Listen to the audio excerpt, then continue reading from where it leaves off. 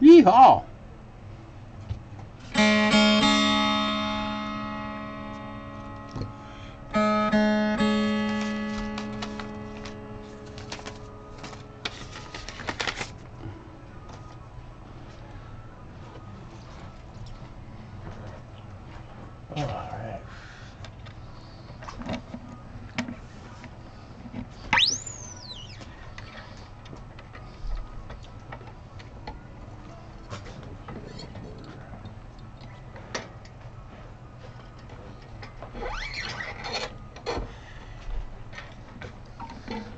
Alright. Yeah, I used to have so many damn tenor guitars. It was like brutal. The reason I had so many is because they were really popular at one time when they came to like the Kingston Trio and bands like that, because one of the guys played a tenor. And then they went out of favor, and so there was all these tenors floating around in junk stores, and yeah, it was like who was a goddamn tenor guitar? Well, that one I did for her, that little license plate guitar, man, that was a fun one. To get real creative. Yep. Hey Richard, what's up, brother? That was fun hanging with you last night, bro. Thanks for doing that. There's so many tunings for tenor guitars. Not Mark tenor guitars, tenor guitars. I'm gonna do a search for tenor guitar tuning, because there's like 50 of them. Tenor guitar tuning, CGDA. Well, thank God for those. Turning a beautiful 6-string guitar into a 4-string guitar.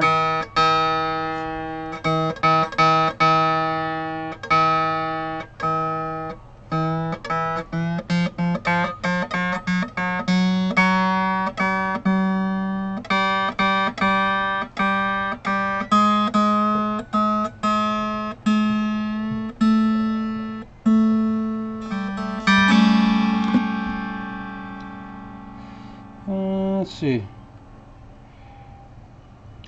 GDAE, GDAE, CGDA. Boy.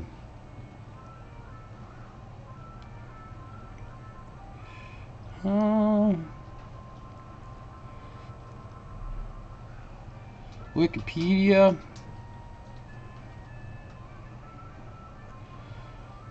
DGBE. I believe she's using tuning like a mandolin, so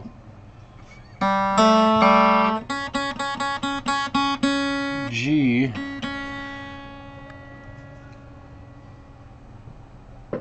A. Boy, I have to make a. I maybe should call her. PJ, what's up, brother? Hubs! Hey, Gary, you working today? You're probably at work right now. I'm going to call the owner of this instrument real quick and see exactly what she would like me to do. And I'm going to discuss with her a little bit about our options here.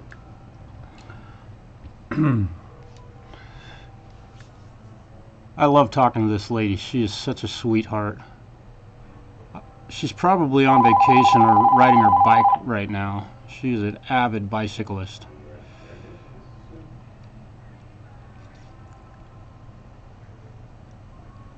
Uh-oh. I think I lost her. Well, let me try calling her back. No, I'm going to text her. How? I know she says she calls it Irish tuning. Who knows what Irish tuning is? Google.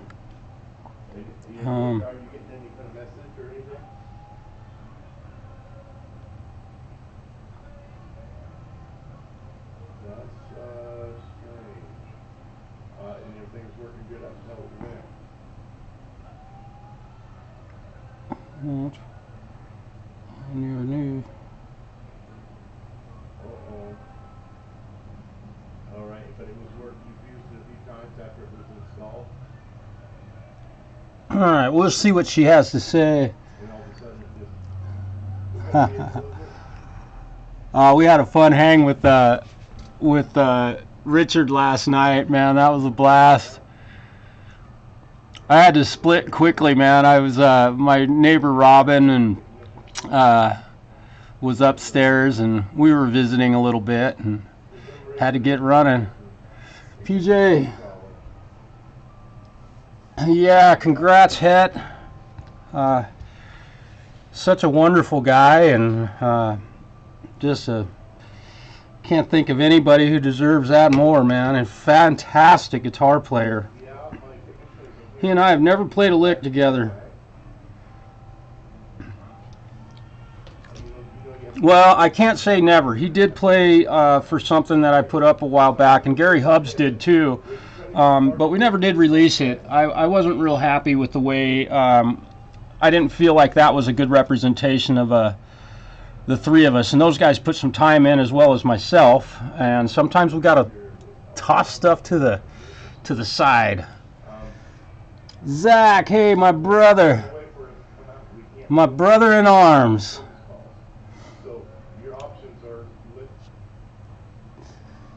Yeah, you can't just put everything you record out there right. I think it's sometimes foolish. Just don't. I like to put stuff out that's strong, of course, and of course everybody thinks their stuff is strong, but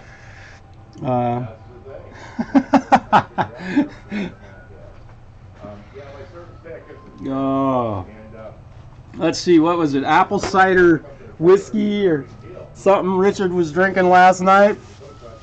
Holy smokes. That Hefeweizen I went and got last night, it worked really good.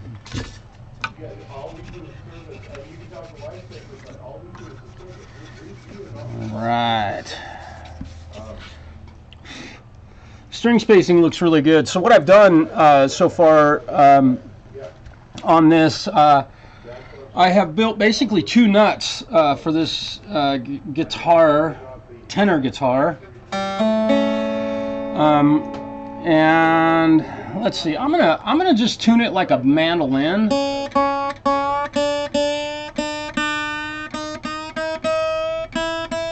E,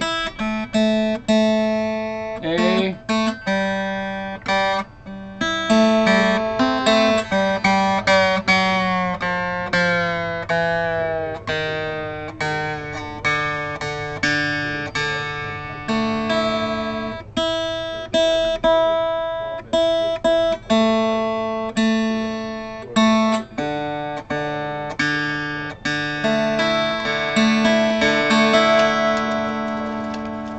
EADG, upside down. I know, isn't that cool? Emperism, welcome. Thanks for being here. Oh, yeah, it's I love Hefeweizen. Being a Portland native, when Widmer came out and the brewery was right down the street from my house, I really fell in love with the Hefeweizens. It's a brand called Fuzztail. Made in, where is it made? It's made here in Oregon. Sun River Brewery, maybe? 1, 2.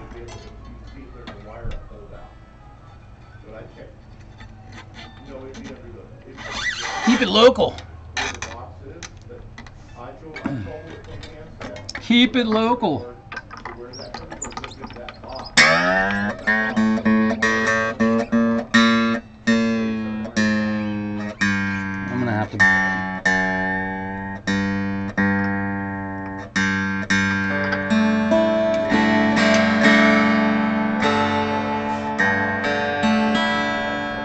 Okay, so we're a mandolin now. I'm going to stretch these out a little bit. And I don't have the first fret action. I'm going to have to do a bunch of work on this nut to get the elbow grease out.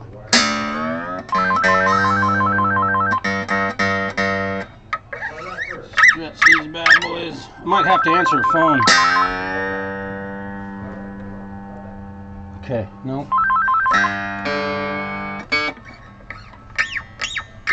Kind of strange. It sounds weird to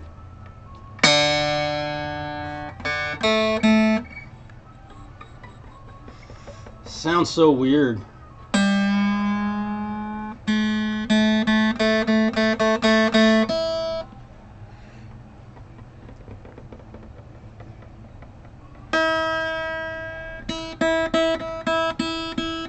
It's a guitar upside down.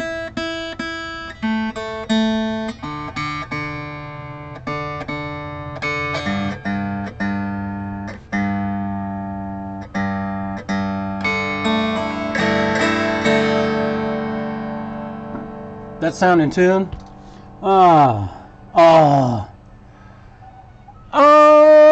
You know, I'm not a very massive consumer of alcohol, given that I have a disease of diabetes, type 1. And so I have to be really careful about how much I drink. So I haven't tried a whole lot of different types of beers. You know, and I'm not embarrassed to say that. I've pretty much drank Hefeweizen, and I've tried several different types of beer, for sure, throughout my life. And Hefeweizen, generally, if it doesn't impact my blood glucose like other types of lagers and things like IPAs and those types of beers. So I kind of stick to my guns on that one. And I'm not sure why. I may talk a big talk, like I drink a lot, but I really don't. It's kind of fun. It's on the internet, it must be true, right? I say that a lot. Let's hear this thing. I'm going to go ahead and plug it into my audio interface that I've got going here. And should be able to run through. Should be able to run through Archetype Nolly. I'm going to open up Nolly right now. But the Dogfish Head Brewery, I'm not sure, man. And also, I'm curious what part of the world or country that you're in. I don't know, PJ. Oh, okay. Fuzztail. But in Oregon, man, our local breweries are off the charts, man. Fuzztail even, yeah, there you go. So, you know, again, being from a small town like Portland, Oregon, when it was a small town, and now living in La Grande, Oregon, we try to keep our stuff pretty local. We're pretty dedicated to our supporting our local businesses and things like that. I don't know, PJ, if you're in a big city, that could be. I'm gonna grab a guitar pick. Hang on, I'll be right back. You can just stare at this beautiful piece of work here. Did they call back, Sue?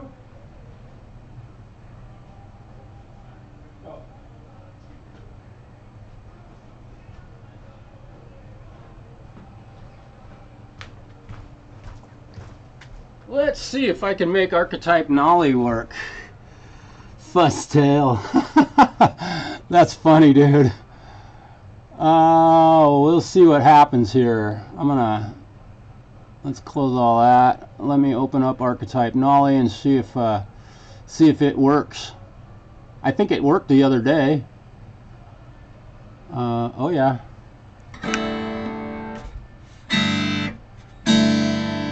Let me make sure my sound card. ASIO HD. Let's do mic input. Let's do ooh. We're getting feedback. I'm getting a feedback chain in here. ASIO audio device. Audio box. What is that called? Studio voice meter. Boy, it's not wanting to, let's see. Maybe if we go primary sound driver, speakers, USB audio codec. That should be it. Boy, that's noisy. It works. Let's try,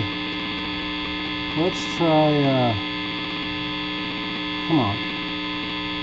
I'm having a heck of a time here. Let's go Audio. Let's try Windows Audio. Speakers, input audio device. Boy, I may not be able to, let's go to Audio. This may not actually work.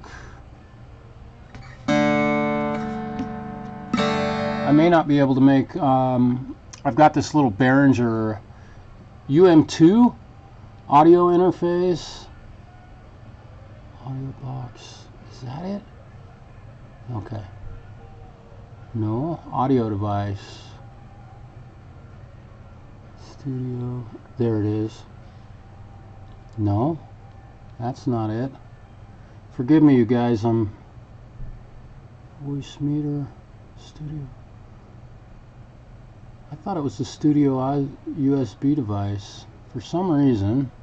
Well, all right. Yeah, that's not, let's open up Reaper. Maybe I can make it work in Reaper, because I know I got Reaper working here. We'll see. I just want to play through my good guitar sounds instead of my little toy amplifier. I could run through my pedals, but thing sounds fantastic. Oh, there's an update for Reaper right now. If you have Reaper, there it is. It's noisy though. Yeah, and there's some feedback. What is going on with this? Let me turn that off. Turn this back on. Almost. Let me see, where's my sound. You guys forgive me. I am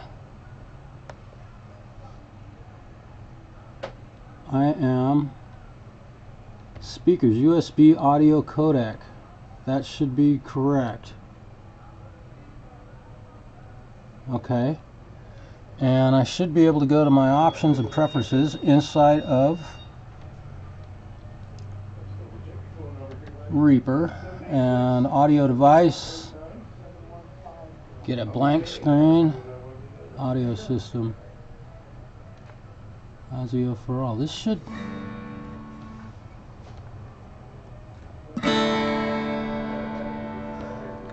And we have input. Where are you? This is set to. Should be input 1. Input mono.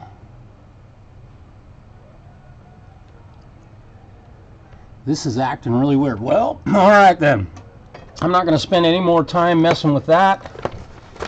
For some reason that's not working right. Darn Windows machine. Alright, let's get back to our stream here. Let's check out. Hey Hugh, what's up, brother? PJ, have fun mowing that lawn, brother. Alright. Where are we? There we are. Here we go. Here we go. We should have guitar. And we do. Alright.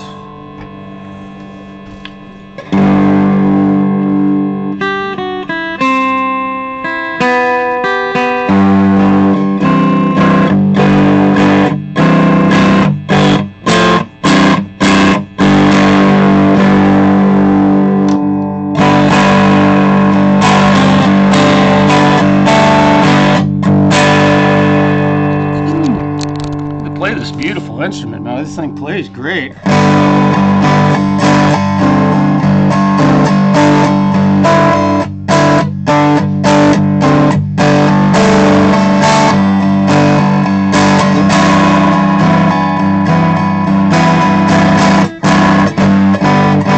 Now, what I've got going on here is the nut is really tall here at the first fret.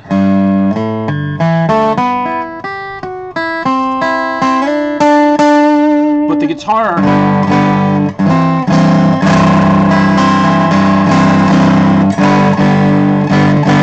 and just for a little sake of argument, a mandolin is tuned as a normal 6-string guitar, but it's upside down, so E, A, D, G, if that makes sense. So, you know, your normal G major chord that you would play commonly like this in the country version, you just flip it upside down. So, and an A major would be, and a D major might be this. It's way out of tune right now because the intonation is just terrible. I'm having to push down about a ½ inch right there. It's like the first guitar we all got. Alright, that feels nice. I'm going to go ahead and roll with that, at least for the time being, and get this first fret action dialed in, so that when I give this back to this young lady, she will love it. My hope. Let's get that thing pointed in the right direction. Hey. Oh man, I wish I could get crunchy. I could put some distortion on it, and we will do that. Yeah. Oh. I hope you're doing well, Hugh. You've been putting out some music lately. Loving that. My brother's putting out all the music. All the music. 6, 10, 13.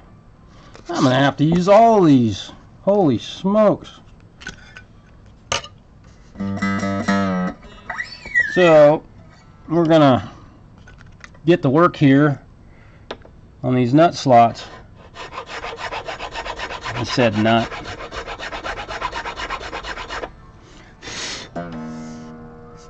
And we'll check them. I use a this is a I like to use a 17 thousandths, but I'm going to use a 16 on this one. We're going to check for 16 thousandths here. Boy, that's, did I really hit that dead on? Wow.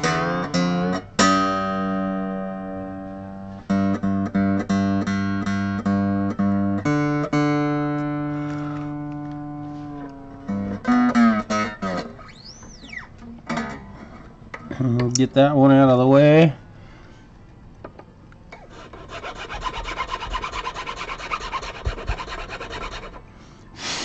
Anybody ever cut a nut before?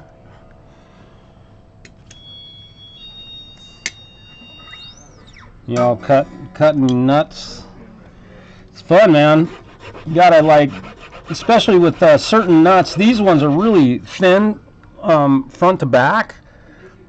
So, you know, just a few swipes with a good sharp nut file, and that string, you can take a lot more material than you had hoped to.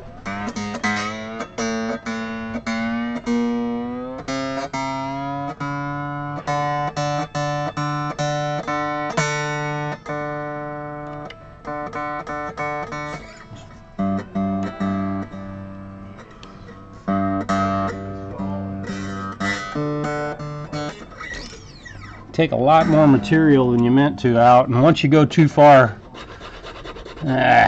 not good. Not good.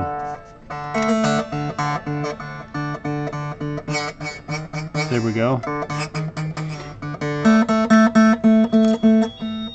We're getting close, guys. We're almost there. We need let's do a 17. This is a 16 gauge wire. I'm using a 17 thousandths file just to make sure that string has enough room to pass without interruption. And on these Strats, you got to be really careful because this nut is really low, and you'll catch the back edge of this guitar and leave a little mark with your file, which doesn't look good.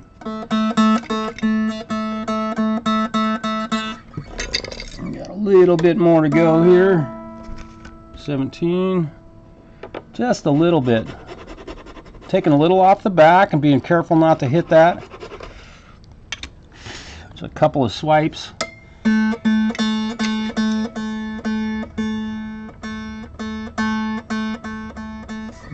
We're almost there. These ones you got to go really slow.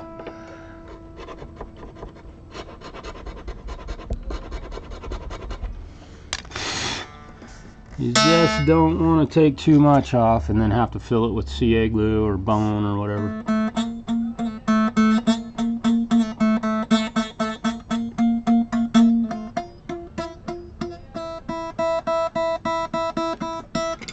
Go a little bit more on this one. I'm going to go 13. Just a tiny bit is all I needed. Teeny little notch.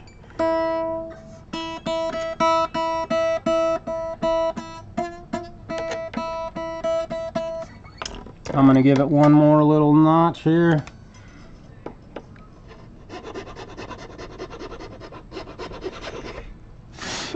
And yes, I have built an entire nut from nothing and cut one of those slots too deep and had to start over.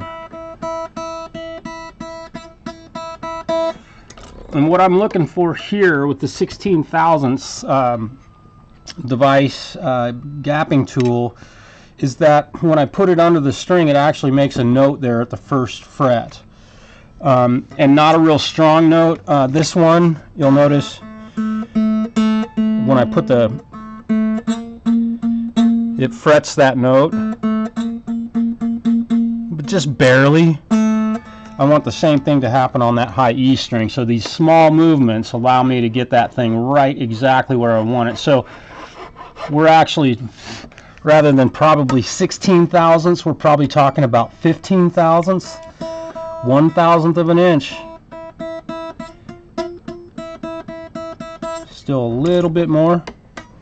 You can get a little more closer, or you can get a little closer on your smaller strings. Really helps with intonation overall.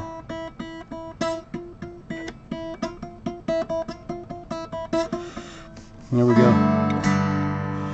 And I want to check my neck relief here. We'll do that real quick. I've got that nut all done. That's how you do that. I'm sorry if you're getting dizzy with the camera moving around a little bit. I need to talk to my video director. Okay, let's just do a quick check of the neck relief. I'm going to shoot for 12 thousandths here. So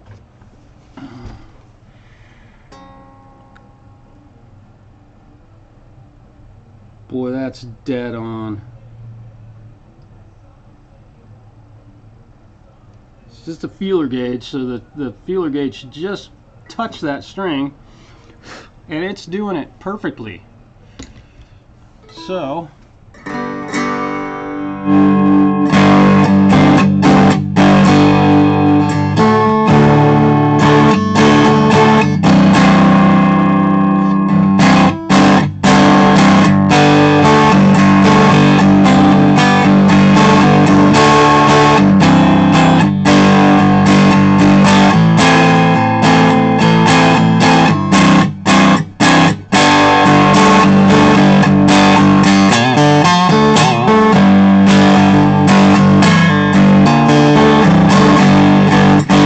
it's weird playing a guitar upside down.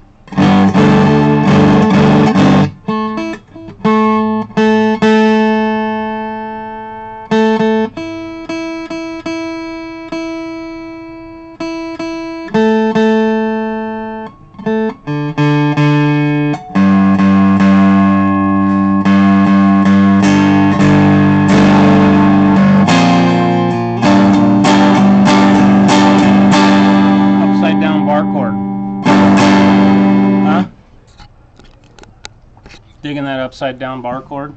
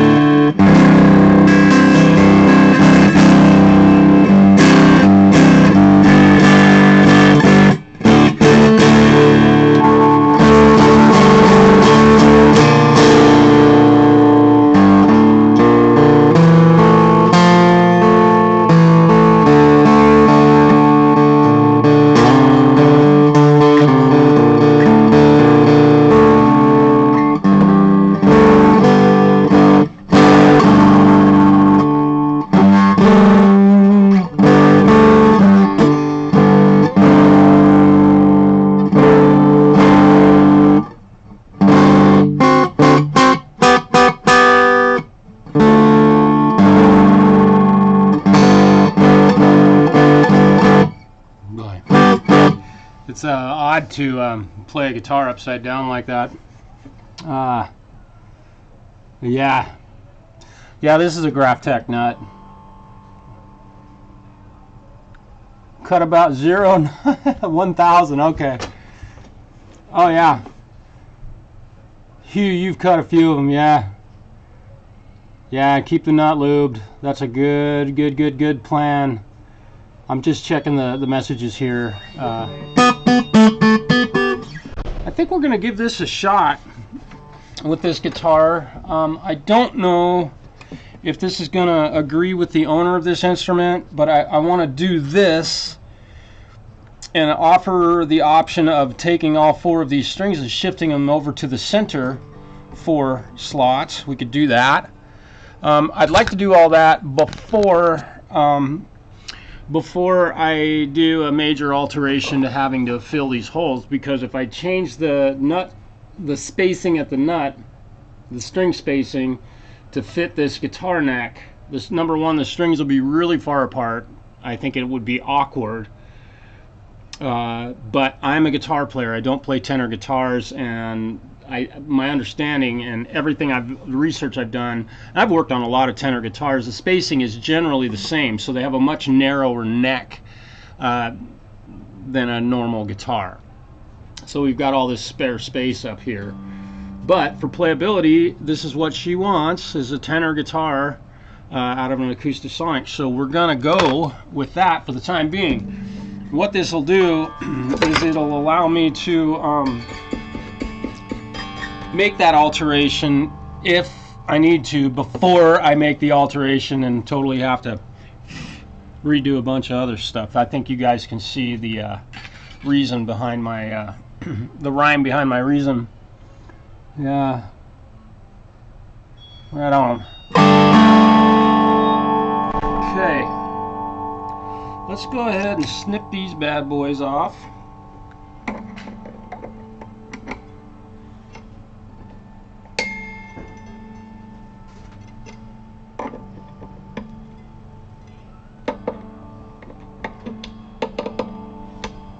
And we'll retune the guitar, the tenor. Let's retune her up.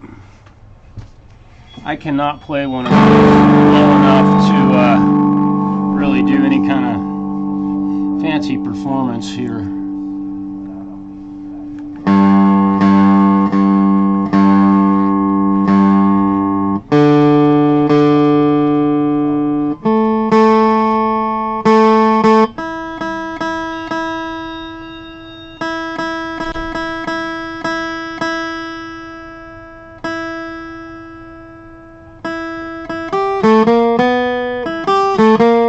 Sounds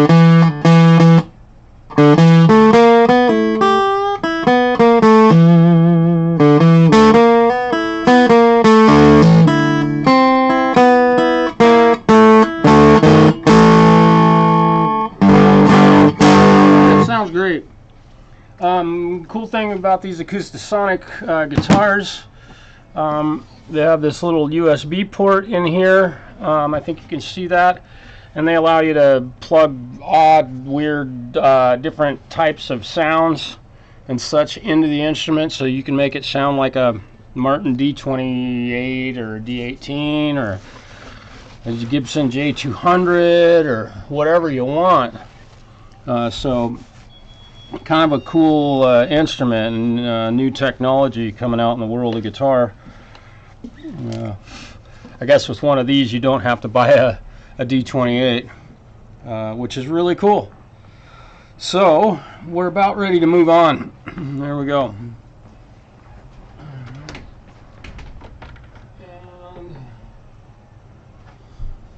here we go. Hey, brother. There he is. What you got going on, buddy? Yeah. All right. So, the next victim. You think I got enough clamps? Yeah? No? Yeah? Hi, Tom. Welcome, brother. Thanks for being here. Tom, where are you at in the world, man? I don't know where you're located. Are you in the UK? This is like the times of day. I mean, where people are. I think, Hugh, this might be like a normal time of day for. No, what time? I don't know. He's on the. Yeah. Trying to keep everybody's time frame square.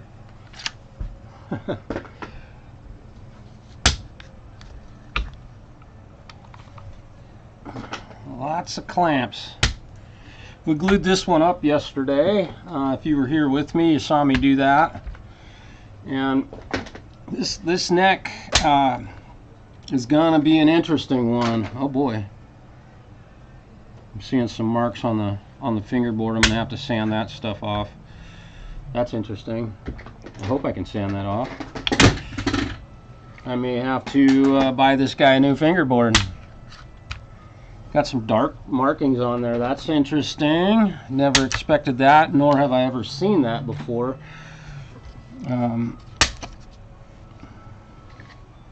With these clamps, it's kind of cool. You see the black spots on the fingerboard. That's a very interesting situation. And what's happened here is the owner of this guitar thought it would be smart to sand the neck down flat, and as you can see, there are gaps now because he rolled the edges over on both sides. So I've only got contact in the middle, probably 3/4 of the gap across here is flat. I did take some sandpaper to that. The owner wasn't terribly concerned about it, so we went ahead and went with it. But I'm going to see what's going on with these black marks, because I may end up buying a new fingerboard for this guy, although he already has basically ruined this one by sanding it flat, and ruined the neck by taking sand. Don't ever sand the neck of your guitar. That's not. Don't ever sand the neck with this by hand. You're ruining something that's or likely ruining something. I just want to see. Okay, this is going to be weird. This is going to be weird. Okay, so I definitely need to take some material off of this side of the neck. This side matches up almost perfectly, so we're going to do a little whittling today before we get too far. Let's take some 400 grit and see what happens here. I think I've got some, we'll use 320, what the heck. I'm just going to lightly sand this see what's going on with these marks.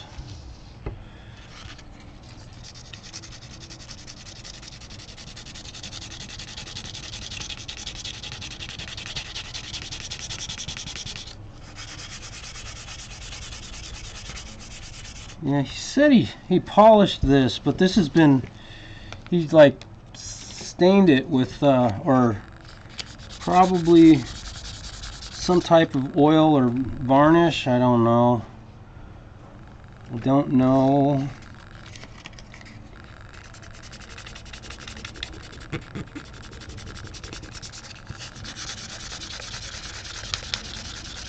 Here's another thing that I like, is that if you're going to work on your own guitars,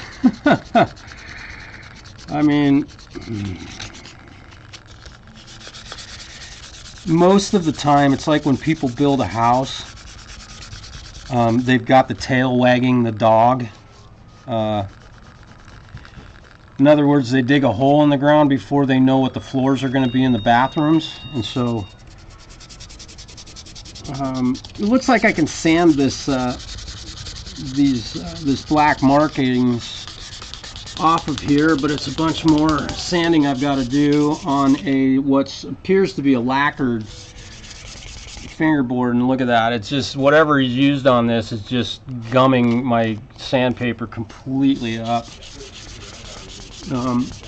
I'm not telling anybody to not work on their own guitars, but you might want to talk to your guitar tech before you do anything. That would be a wise thing to do.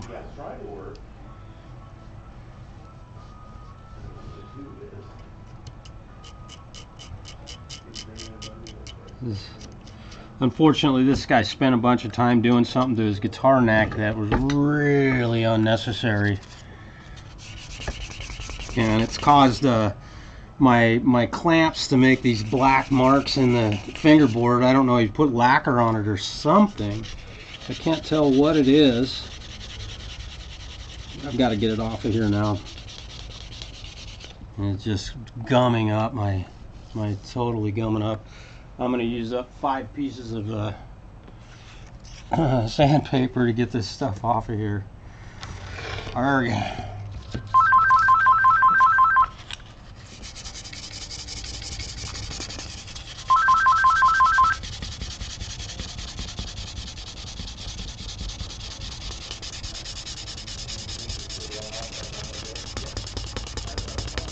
See, yeah, these marks are coming out.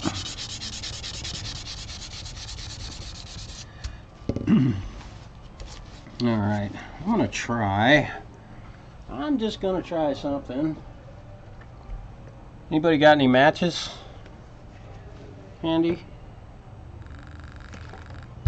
I just want to see if this lighter fluid will take some of those marks off of here. And it does not. So here's what I'm gonna do. I'm gonna shorten this job down quite a bit, and unfortunately remove all of this guy's hard work that basically ruined a fingerboard. I've never worked on a fingerboard that's flat. Never once on an electric guitar. This will be an interesting setup. Yeah, definitely it's been hit with some lacquer or something. Not quite sure. It bugs me that Fender puts lacquer on their guitars or their fingerboards, but maple will get really ugly really quick. But doesn't everybody want a not everybody, but most. Don't a lot of people want relict guitars?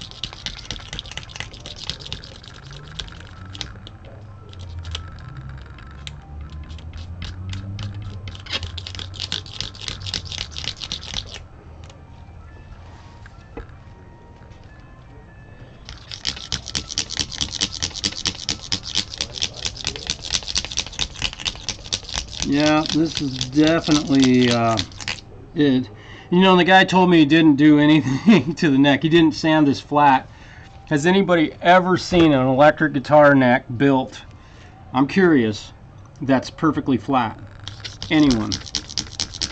Hugh, have you ever seen a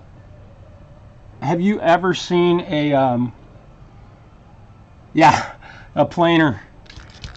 I'm not set up with that sort of stuff here. I'm not actually building guitars here at the shop. I will do kit guitars and customize those, but I don't have a planer here at my shop or at my home. But a planer would, the fingerboard is already pre-cut. Planer would probably make it a little quicker, but it also could really do some serious damage. If you've ever had a planer bite you, not you, but a piece of wood, you'll know what I mean. They can tear stuff up in a hurry.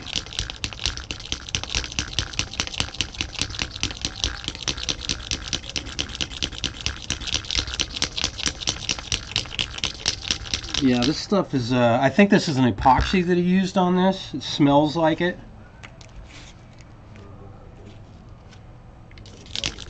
Which is probably the reason why the color fade has happened from my clamps. I've never seen that happen before. It's kind of interesting.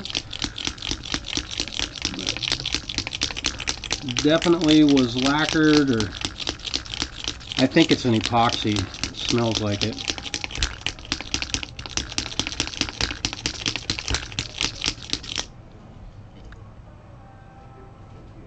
Yeah, PJ, you are absolutely, or Pooh, you're absolutely right. This is about 140 mile radius.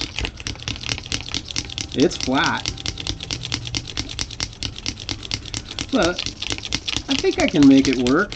Have to do a little work on the saddles, on the Tunematic style bridge that this guitar will get. There we go. We're starting to get somewhere now. Getting down through the wood. And I've actually considered hand sanding a compound radius into this fingerboard, but I don't. I did talk with the owner about doing that, but the money that's involved in me doing that is pretty expensive. So we're gonna try and make it work flat. There must be a reason, and I will find out why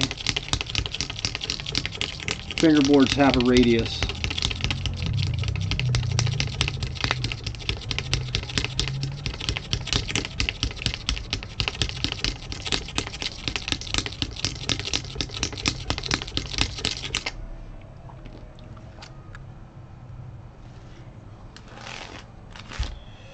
Wow.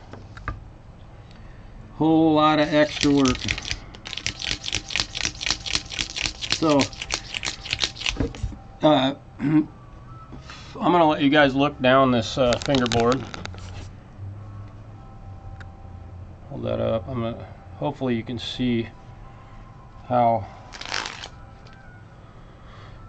Have you ever seen such an amazing, I'd like to call it an atrocity, but there it is, flat as a pancake. Anyhow,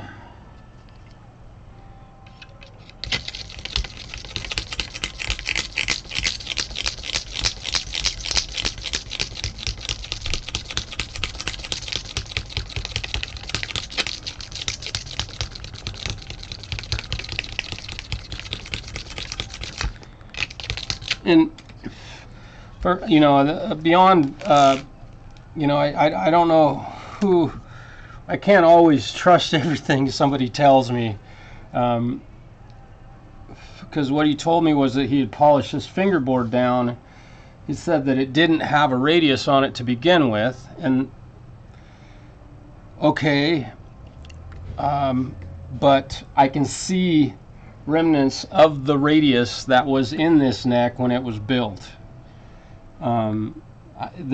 He didn't sand it all the way down flat. The very edges of this have, you can see the radius in it, where the sandpaper didn't, or the polish, whatever, didn't get down to being flat.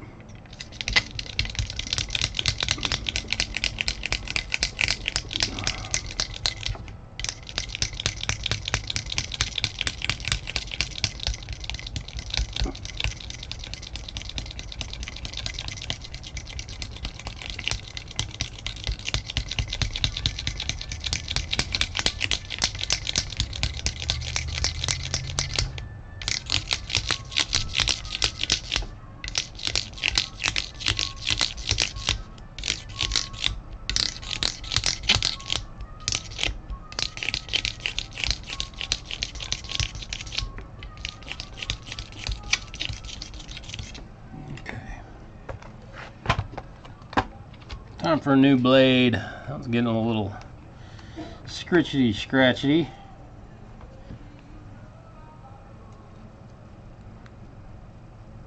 Remnants of the radius. There you go. There's a song in there someplace.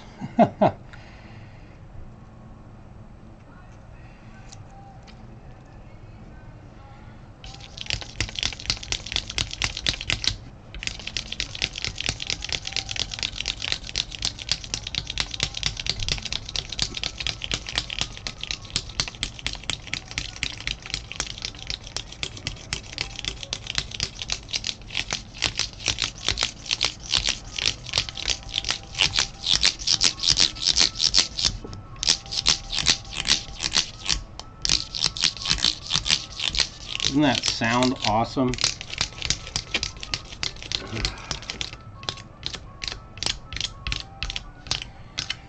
Okay. Now we're looking a little more like a normal piece of wood.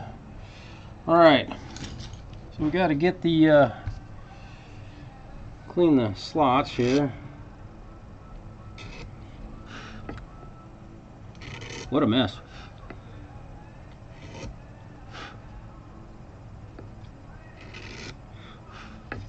We're going to use jumbo frets on this one.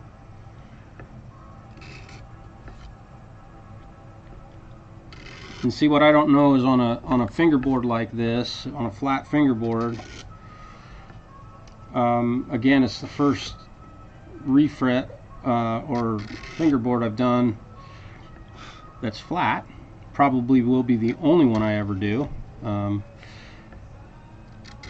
I believe that this guy unfortunately made a big mistake doing what he did, but we'll hope not.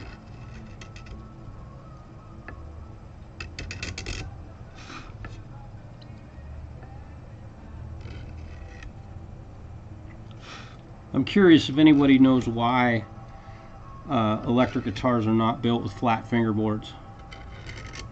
I've never had to ask that question.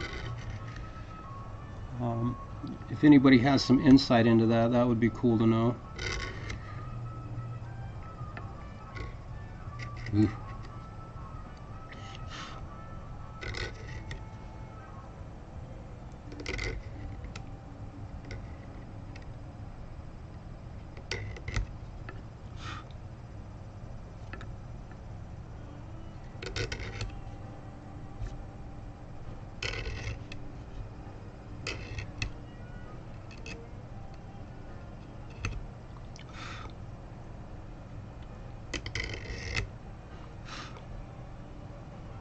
Ooh. Yeah.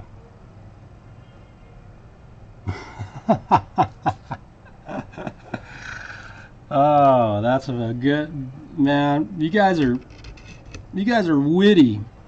You guys are so smart. I would have never thought of that. Will we play flat wounds? We're gonna put Ernie Ball Super Slinkies on this one, I think, when it's done.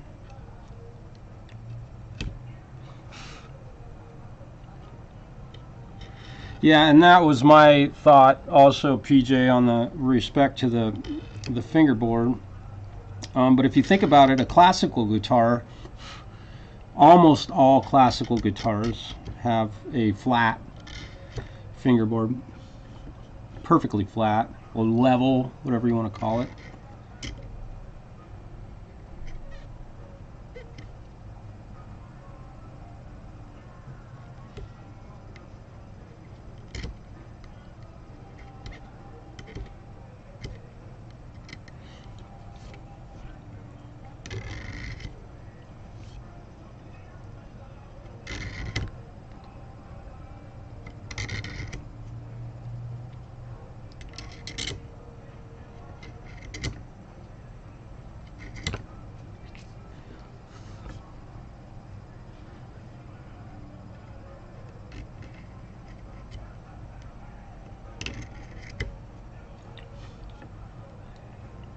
I know this is probably really very exciting for y'all to sit here and watch me do this.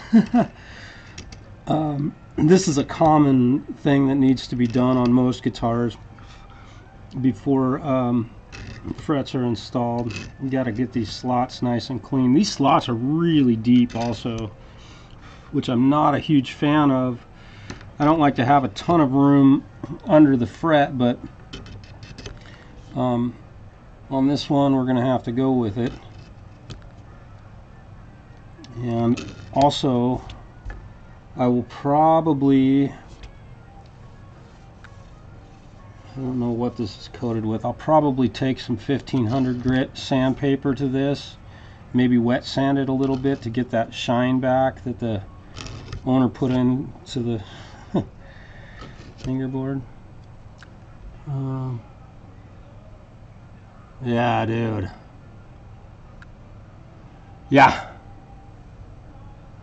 Zach, you play a classical guitar. That's cool. Good for you. The first chord I ever played on any guitar ever was on a classical. My dad had one of those classic Yamaha nylon string guitars built in the 60s. They built millions of them. And in that moment, my life changed forever. 6 years old. Never looked back.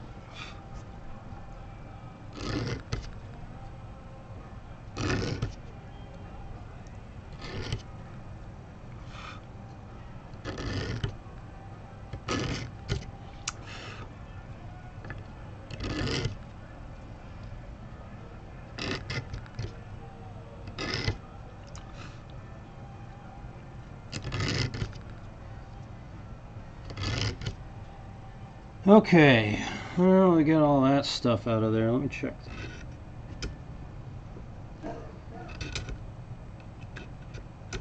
Oh boy.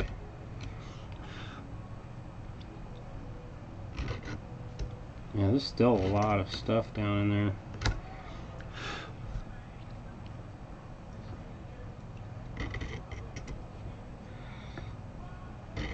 Do it right or do it twice, right?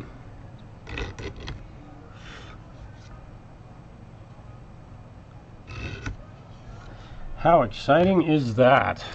Yeehaw. Okay, I think the next thing I need to do is see if I can wet sand this to bring that polish back. Come here.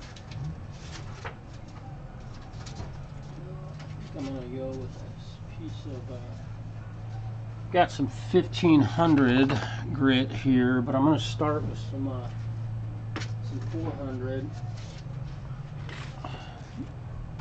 Maybe jump to 6. And I'm going to get it wet. Yes, I'm wet sanding a fingerboard. Oh, I got to go dump this out. Be right back. Okay.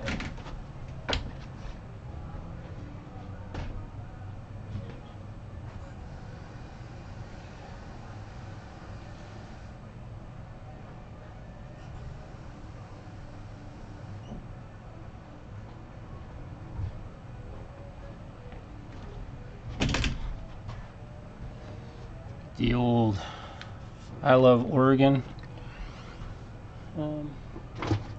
water jug.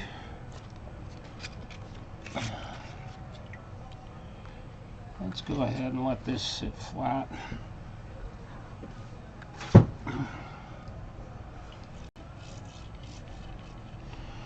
am not worried about getting the fingerboard wet or the wood wet in that.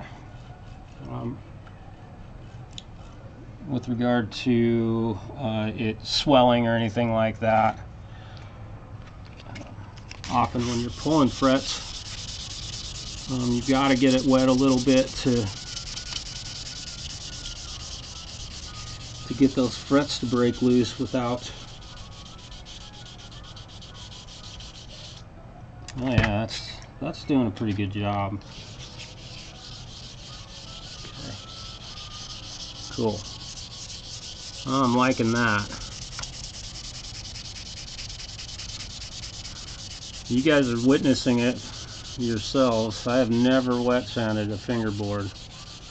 You know, if it was a Fender, maybe I would do that, like a Telly or Strat that has a lacquered fingerboard. You know, that's always something that I suppose could be done.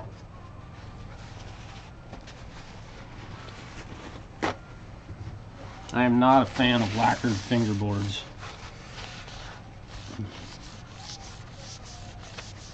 I'm pretty much down through the finish now on this. I'm going to continue going until I'm just get through it all the way.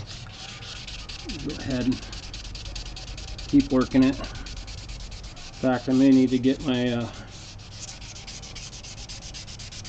see that I'm going to need to get my razor blade back out.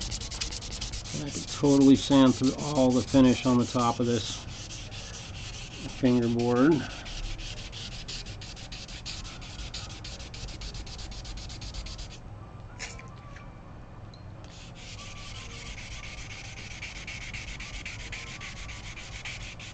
This is such an odd scenario right here.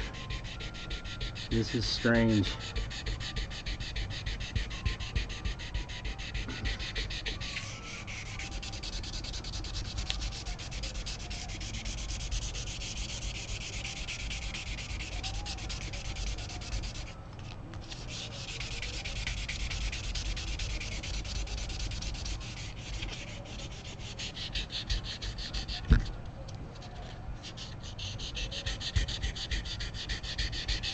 Alright.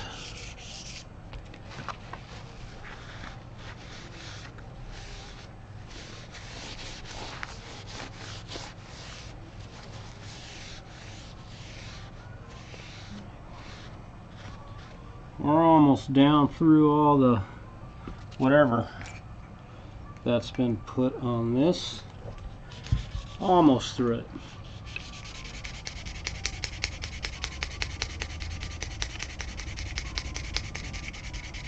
And this is just 400 grit.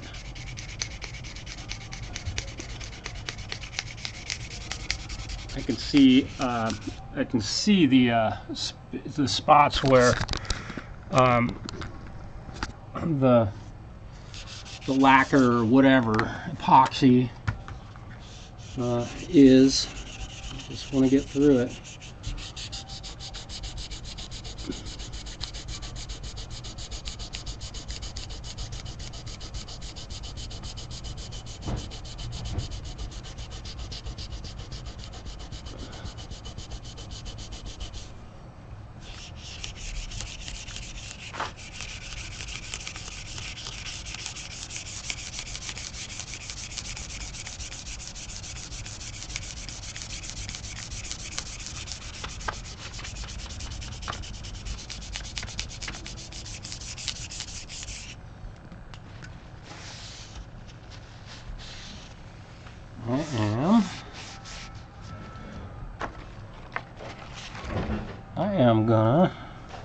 I am gonna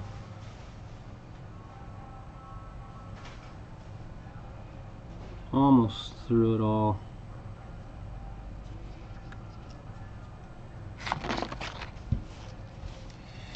We may have to on this one I have to decide while I go here, because never expected to be running into this type of scenario. This is odd. You guys are witnessing something really weird. Brad, what's up? Oh.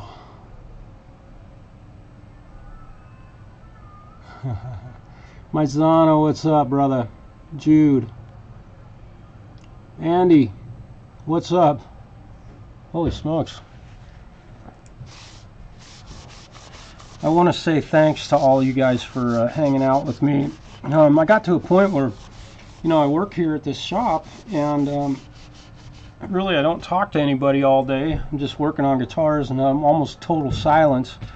So I figured, why not turn on a camera and share what I'm doing with folks.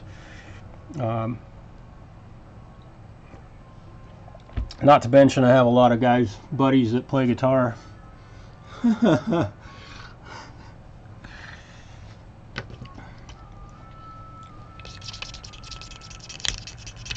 Yeah, see this white edge along here that's showing up? That's where the wood didn't get sanded off. That's where the radius was. If this thing had its true radius on it, that white stuff showing there is what I can see of the remaining radius that didn't get sanded off. So again, I have no idea what kind of finish he put on this instrument or on the neck, but there's definitely something here. It's lacquer or CA glue, could have been. It smells like epoxy. I never use epoxy on my bench. There are many other substances to use to join stuff. I mean, it would take a real act of God for me to feel like I had to use epoxy. I do keep JB Weld here for, broken metal parts and things like that I can repair, but epoxy, no. This smells like it. And it's interesting because it's almost like there was a big puddle of it right here, because I'm scraping, and I've gotten all of this off just by the little bit of work that I did earlier there. And I can tell when I get through it, because the scrapings will turn a little bit brown, so I know that I'm catching a little bit of the wood. Use our senses. Alright, so I'm down to wood over here.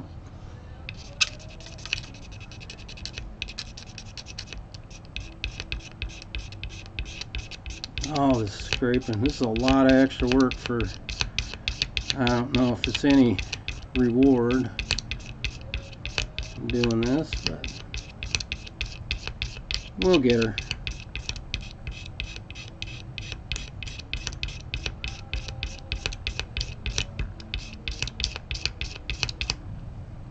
Still see.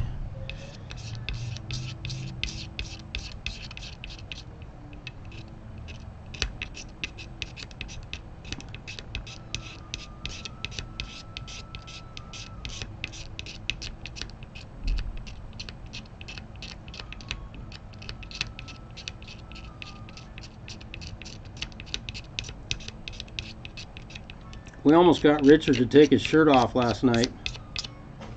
I was so bummed. Oh, are you? Yeah, it's the end of your day, isn't it? Right. We're trying, right. I think you might be right about that, Andy. Don't quote me on that. Jocko being one of the greatest bassists of all time, one of the greatest musicians in the history.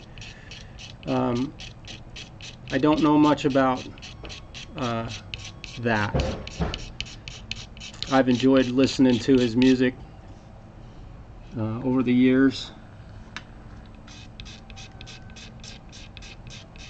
Yep, I'm going cross grain now. Gotta do it. There we go.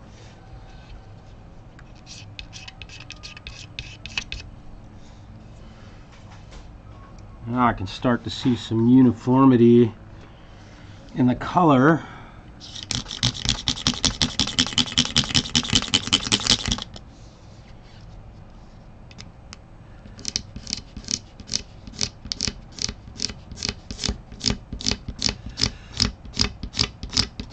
How many guitars did you work on today, Hugh?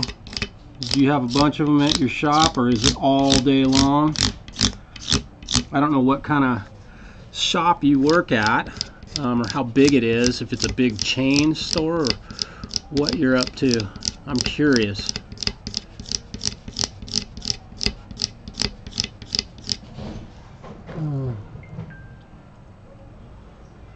Oh.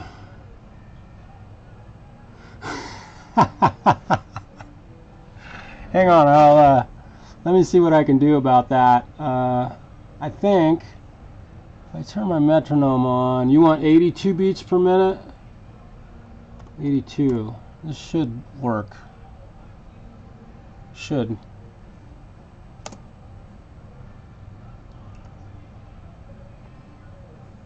Okay. This should work.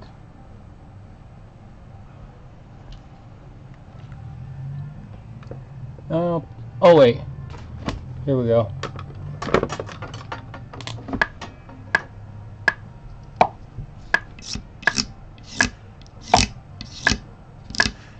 How's my timing? 82 beats per minute, man. That's where we're at.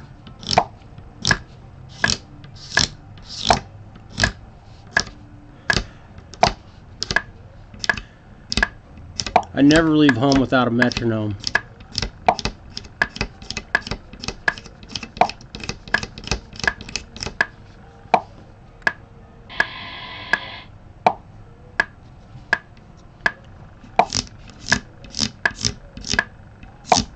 Boy, my timing's not so good today, huh? And 3 and 4 and 1 and 2 and 3 and 4 and 1 and 2 and 3 and 4 and 1, 2 and 3 and 4 and 1. Am I doing okay? Oh yeah. I'll turn it down a little bit. There we go. Now I got good timing. Synchronized. Okay. 1E and a 2E and a 3E and a 4E and a 1E and a 2E and a 3E and a 4E and a 1E and a 2E and a 3E. How am I doing? Yeah, I know. 82 beats per minute. That's a little slow for this project. And man, it's kind of. I mean, this is such an interesting interesting scenario I've run into with this particular guitar. And honestly, man, when this guitar originally came into the shop, I'm going to turn the click off now. Let me stop that. That was fun. The guy had the original neck on this. He had tried to do the scallop thing with it. Like, who's that guy? Ingve? Yeah, he wanted to do that, but he had just totally boogered this neck. Not this neck, but it was on, the fingerboard was on this neck. And he just totally boogered it up. And so I basically told him I really couldn't do anything with it. It didn't make monetary sense. It would have been so expensive to try and fix what he had done to it. And so he just, you know, the guy kind of wants to alter his guitars all the time. and he works on them himself. So has some really creative ideas about them. It's like a lot of people, they want to alter everything they can about their guitars rather than just spending time with one that's normal and getting really good at it.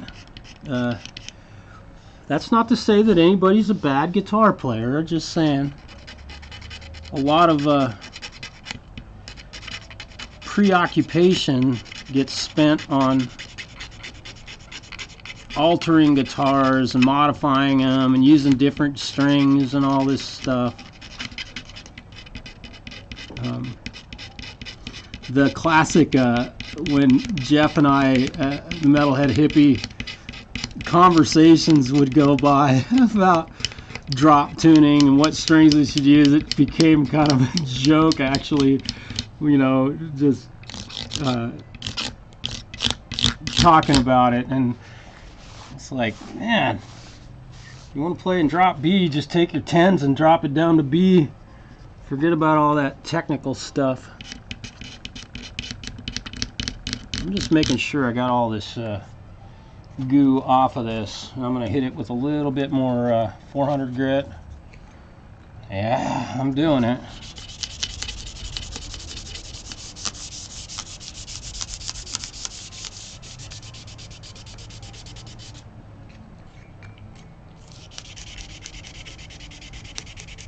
It's kind of funny. I love Jeff. I miss him a lot. I haven't seen him for quite a while. We had a lot of fun on his show.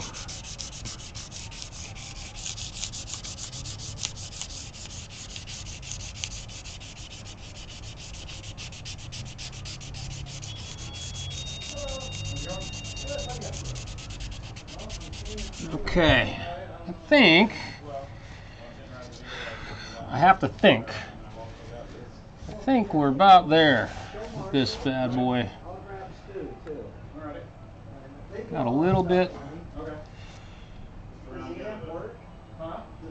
I got a spot right here that I need to get through. I'm gonna grab a new. Hello. How's it going? You here for a lesson today? No, I'm here to sell some stuff. Oh, cool. If you guys want to take it. This amp's fairly new.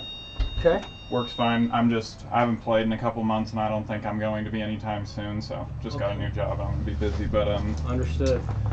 I've also got this puppy. Yeah. I mean, if you guys don't want it, I'm just gonna throw it away anyway. So I figured I'd bring it in. It's nothing special, but. Well, if you're just going to throw it away, we will find a good I won't be home for throwing it. away the guitar if you guys don't want it. The guitar is dusty as shit because I haven't been playing it, but. That's cool. I remember we used to carry those years and years and years and years ago. I'm wondering if this one didn't get Yep, how we came from here. sold here. Let's let me plug it in and make Yeah, sure. sure. Yeah, no, go for it. Whatever you gotta do. Cool guitar.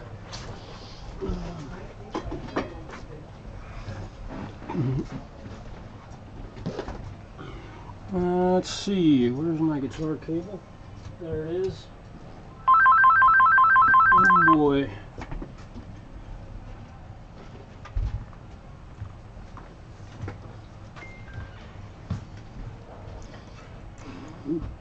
Yeah, do whatever is Tighten this up. minimal. Might be buying a guitar here soon. We'll see what happens. You never know. I just don't want this to fall out. Yeah, that'd be, make more work out of it, eh? Seems like everything I've ever had. Looks like the guitar took a hit right there. It sure does, Right, doesn't loosened it? it up. Let's see. It's taken a hit or two. Yeah, has it? Yeah.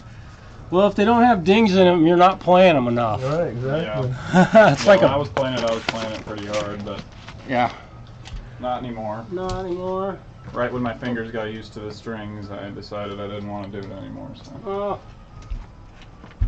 Well. I'm sure it's way out of tune and stuff, so I don't know if you're planning on playing any melodies or something, but. The amp does not turn on. The one I brought in? Yeah. It should. Well, It's not working let now. me make sure my my power's on. I guess I haven't used it in a couple months, but there was no problems with it. Yeah, it's I've got it plugged in here. Oh, it's got a, yeah. Turned on. Well, maybe it's not working. Well, let me just see if this. I mean, Yeah, because that little red light. yeah, it should- should fire well. up.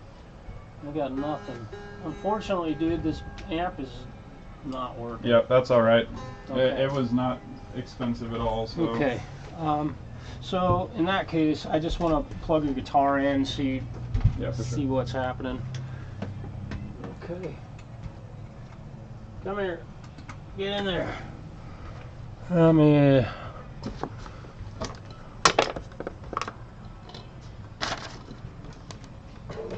This should.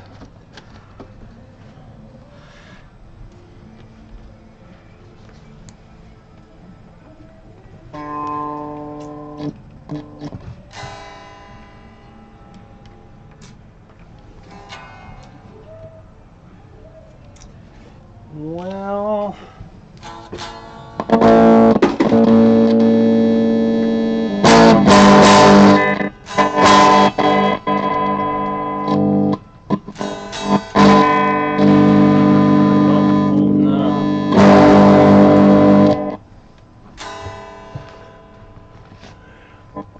Isn't that par for the course, though, Marshall? Yeah. it's really in tune nicely, though. Oh, is it still? Being sarcastic, I can't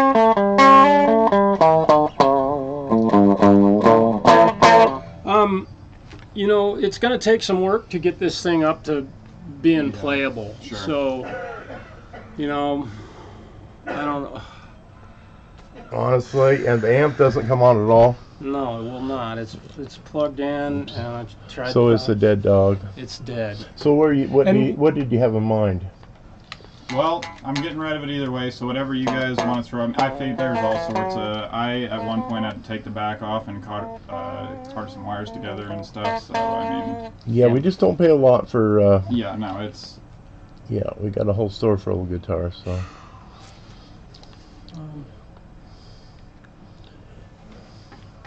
$20.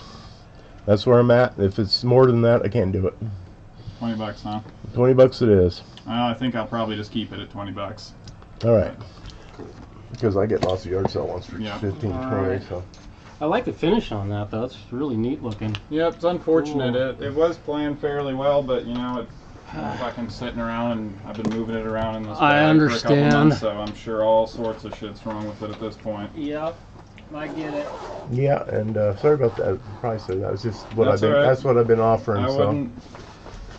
I'm surprised that it's playing that port. Some of the pickups, when you switch to different pickups, some of them were never really working, but even they were all kind of sound like shit there. So. Yeah, that sounds like it needs some contact cleaner shot in it, and like that might help Yeah. bring it back to life and get that switch to work. But those switches, they break. Yeah. They get. All it takes is one good It hit. is what it is. All right, thanks, man. Dude, Anyways. thanks for coming in, man. It was great to see you. Yep, good to see you. All right. All right. So let's get the guck out of the frets again. Here we go. We'll get the mud out of here. That was fun. All right. Multitasking. Tom, take care, brother. Yep.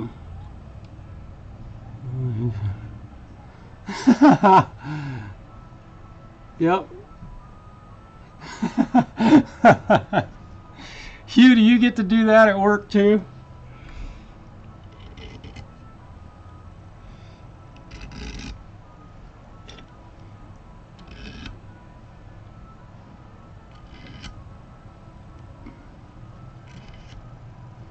Or do you just set up guitars all day?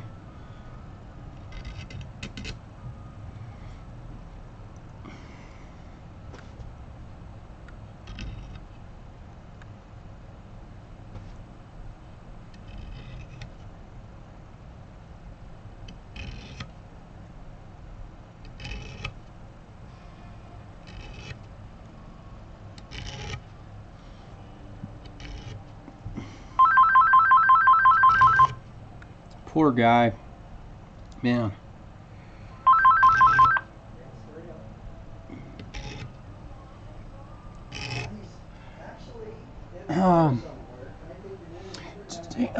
Yeah, we're straight up reality TV here.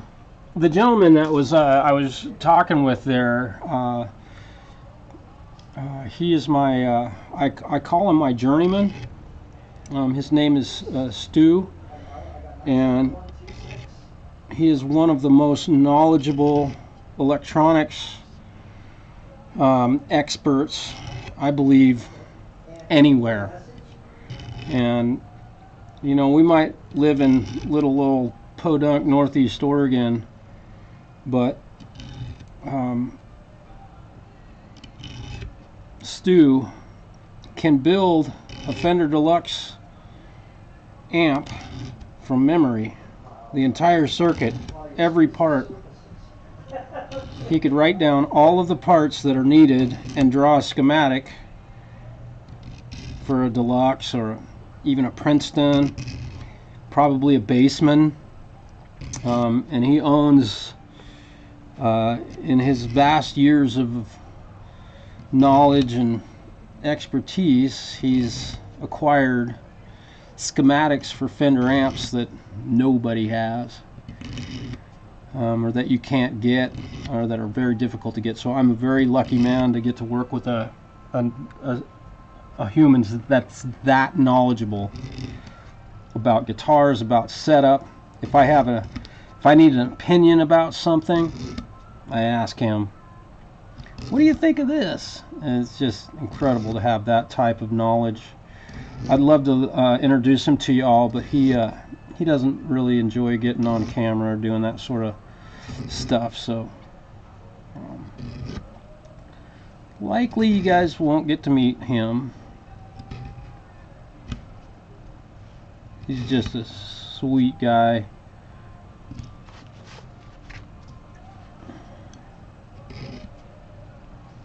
He was the guy that did all the amp and guitar repairs here for a lot of years. He's worked for this shop for 40 plus years, and you gotta give respect where respect is due. Yeah, Andy, I'm not kidding. In fact, here's something y'all might find interesting, a little bit of some guitar history, or amp history. See that? That is a... Hey, Stu? Mike, do you remember what year this Bandmaster is? 53. 53. Yeah. 1953 Bandmaster. There it is.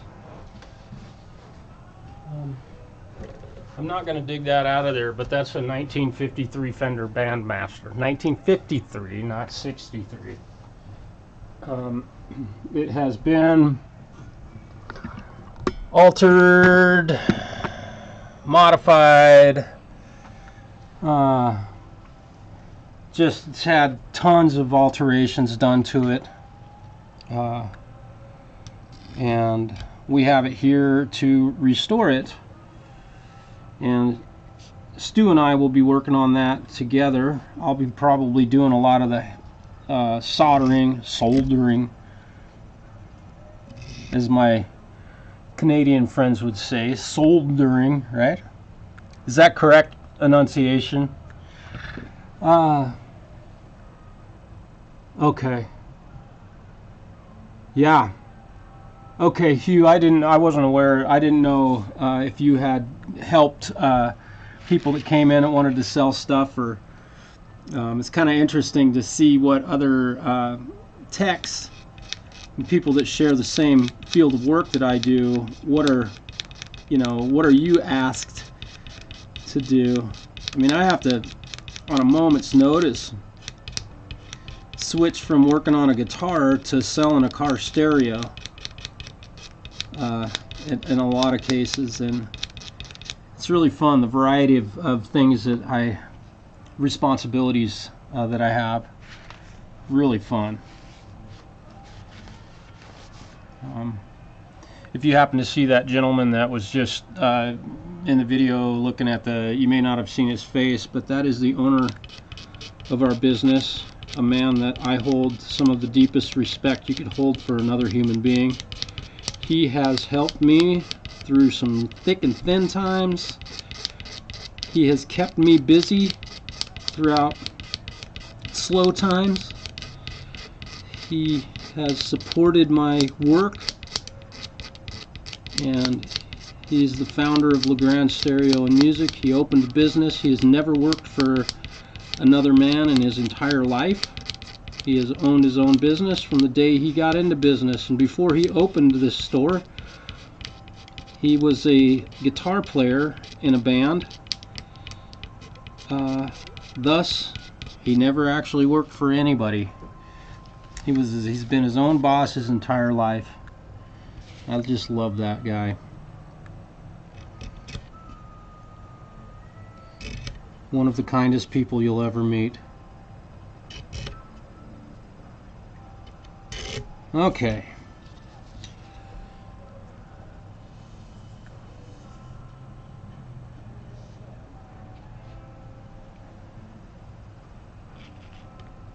Checking on stuff here. Alright, we're going to go ahead and scrape down the side here.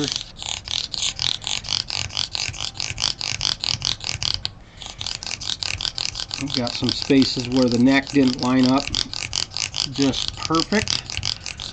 So here we go, one of my favorite tools. You can see how quickly it makes pretty short work of removing a little bit of material off of the fingerboard. Got to get this to line up just right.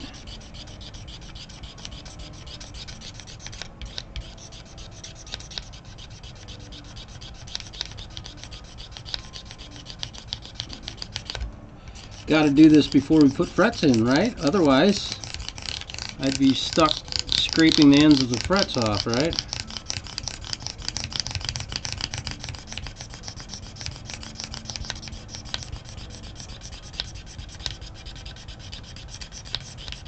There we go.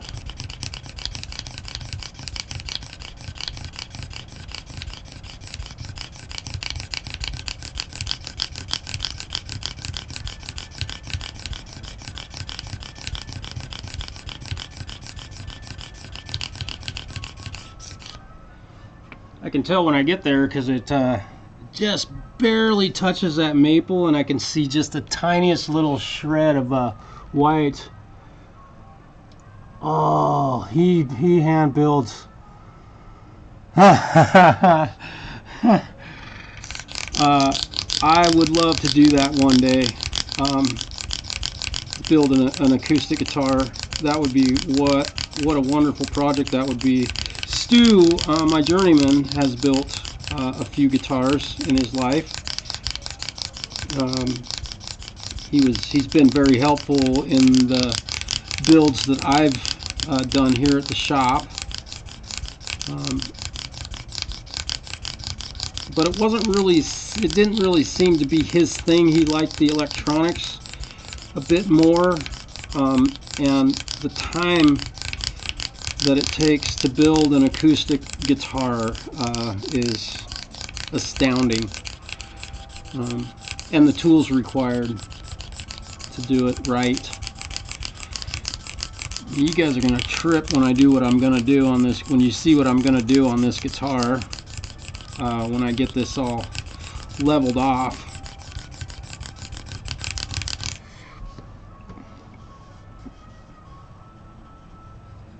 Oh yeah, that's starting to shape up really nicely. These can certainly save a lot of time.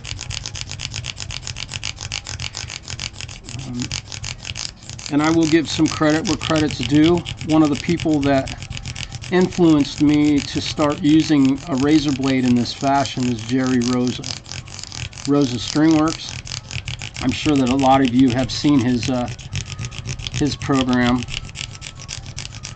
Masterful mandolin builder.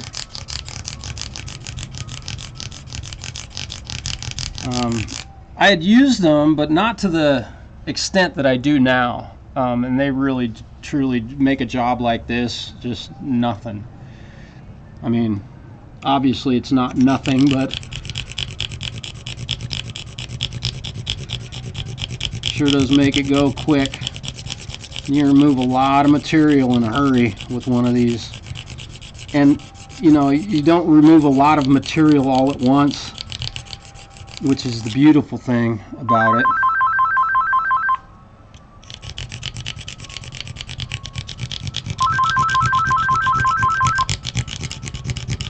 Now up in this area, up in this region of the neck, got a pretty good overlap here.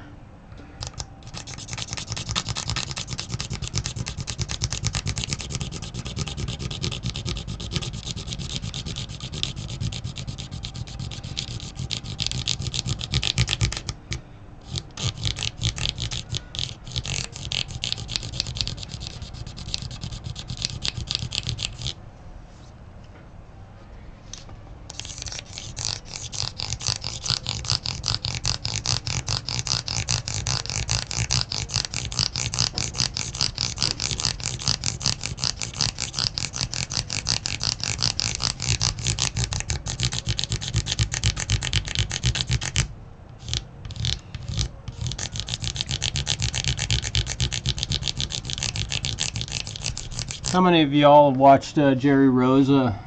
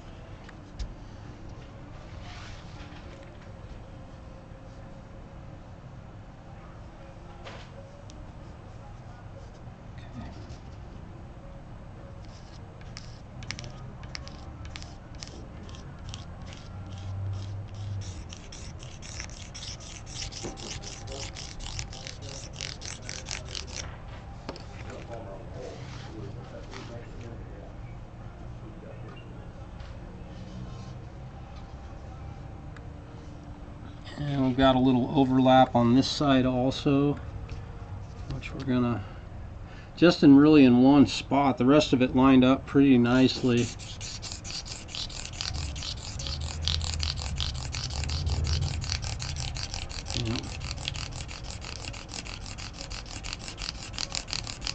This fingerboard, my understanding, was purchased on Amazon. It's like $32 or something.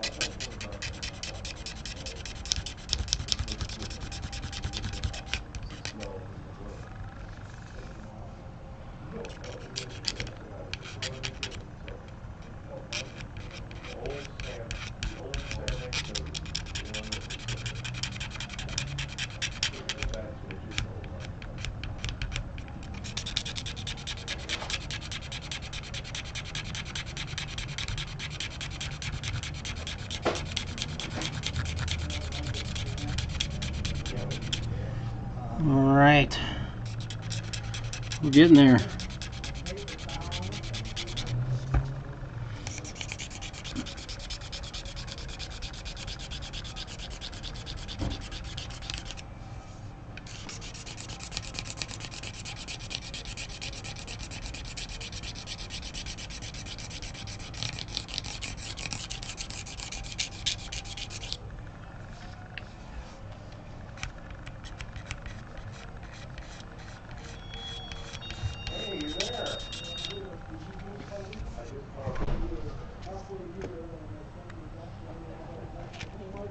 All right.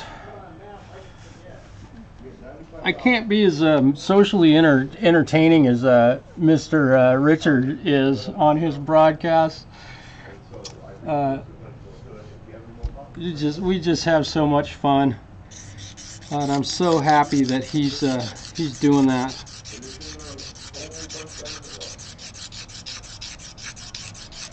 So what I'm doing now is I'm just going along the edge of the fingerboard and the neck, and getting this joint here to be absolutely flat with no edge that I can feel, and we're there pretty much. I'm just removing a little bit more material here to get it right so that it's it's totally invisible to the feel.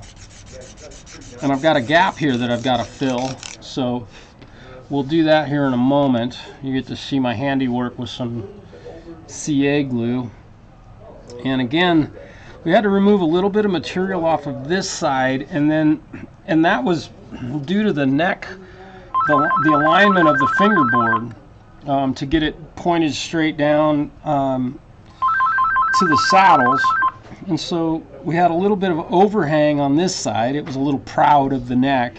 And on this side, you can see there's a little bit of underhang on that side, and that's just how this worked out. I'm going to leave that. I am going to work a little bit right here to remove some of this wood.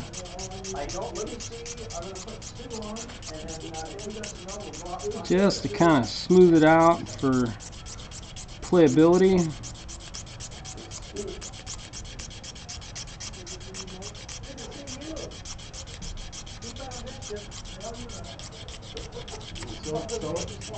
I ain't scared.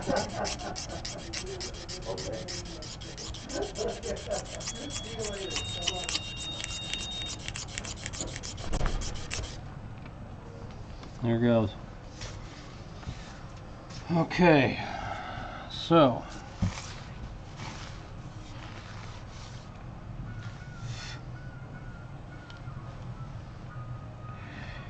here we go. Look at all that material I've removed from that guitar. Pretty cool. Yeah. All right. Kickstand. I'm not familiar with those songs. And I'm going to be It's on the phone itself. a little bit more careful here. Well, usually on stuff like that, I know it sounds kind of old school, but I just go onto the internet and find somebody that tells you, so it shows you how to do it on there. Everybody wants to show you a video, you know what I mean?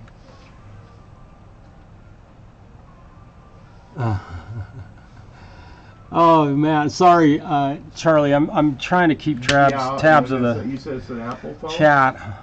Richard, the Falcro. Yeah, I think you're gonna have to go to the owner's manual for your Apple. We always have a blast. He does a live stream on Wednesday nights, and it's just so much fun.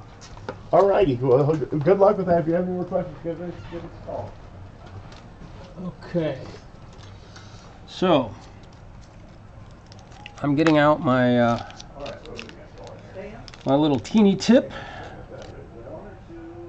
So shooting, I think this one will work. And the liquid water like CA glue. And I figure one of these days one of these companies will make a bottle that the glue doesn't stick to the lid, but until that happens, we'll just keep ruining the bottles. Okay, just want to make sure that we've got some flow.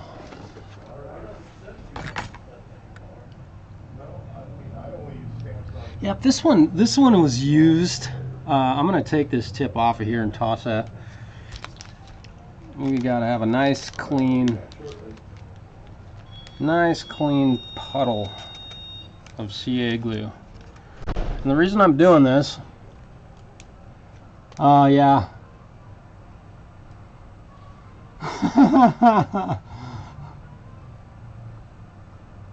Yeah. Okay. Let me see. So the reason I'm doing this is I don't know how well you can see this, but there's a small gap along the edge of the fingerboard, and the reason that gap is there is that the owner of the neck sanded the neck, and he like, you know, he said that he sanded the fingerboard flat, but and that there wasn't a radius, but I could see remnants of the radius that was on this thing. But he also sanded the neck down, and when he did that, he rounded over the edges, and so now where the neck meets the fingerboard, there's a small gap right there. I can stick my fingernail in it, so it's a maybe a slightly more than a millimeter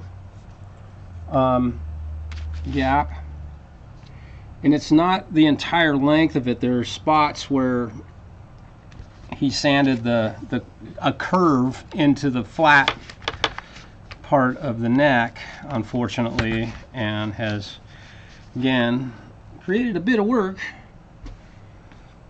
here. I'm gonna get me one of my favorite blue towels, and we're gonna see what we can do here.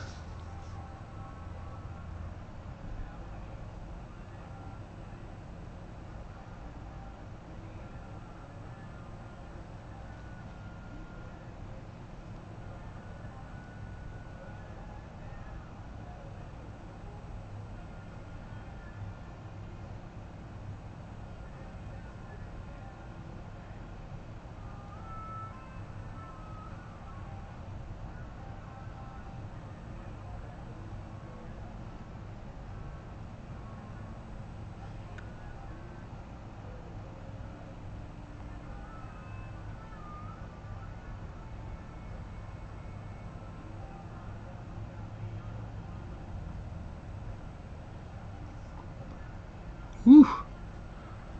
Holy smokes. This stuff is violent on your eyeballs.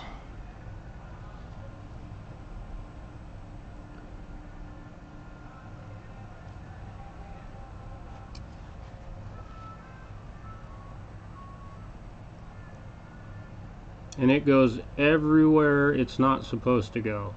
Y'all know that, right?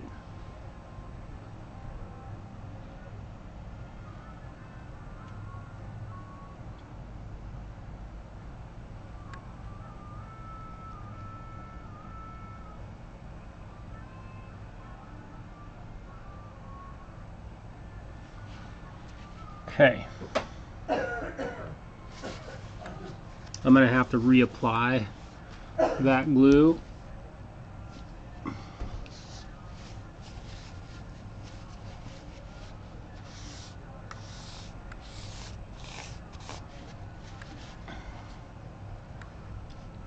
And I'm going to let this sit for a few seconds. If you hit it with the accelerator too quickly, the glue turns white and it just looks terrible. Where's my accelerator? Richard, did you see where I put my accelerator?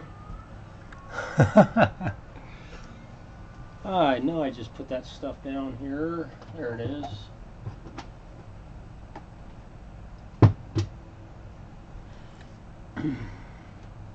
I usually let it sit for about 20 seconds or so, or I'll check it. But if you hit the stuff, especially if it's very thick, if you hit it with this accelerator too soon, it'll turn white and you'll totally be able to see it. Oh, yep, I heard about that. You would have got to see him play. Oh man, don't squeeze the bottle, yep. Oh, dude. Thanks for helping me find that, Richard. I appreciate it. I need to check a time. Okay. Oh.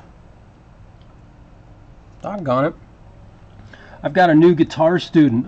Guy, he's probably, I want to say he's probably 55-ish. Maybe about. He's just learning to play. And been taking lessons with me, and he just called to say he can't make it tonight. Kind of a bummer.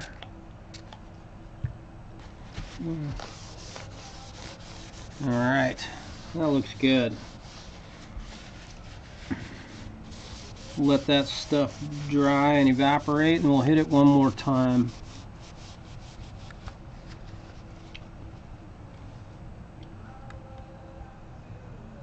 Yeah, that gap's definitely getting filled in now.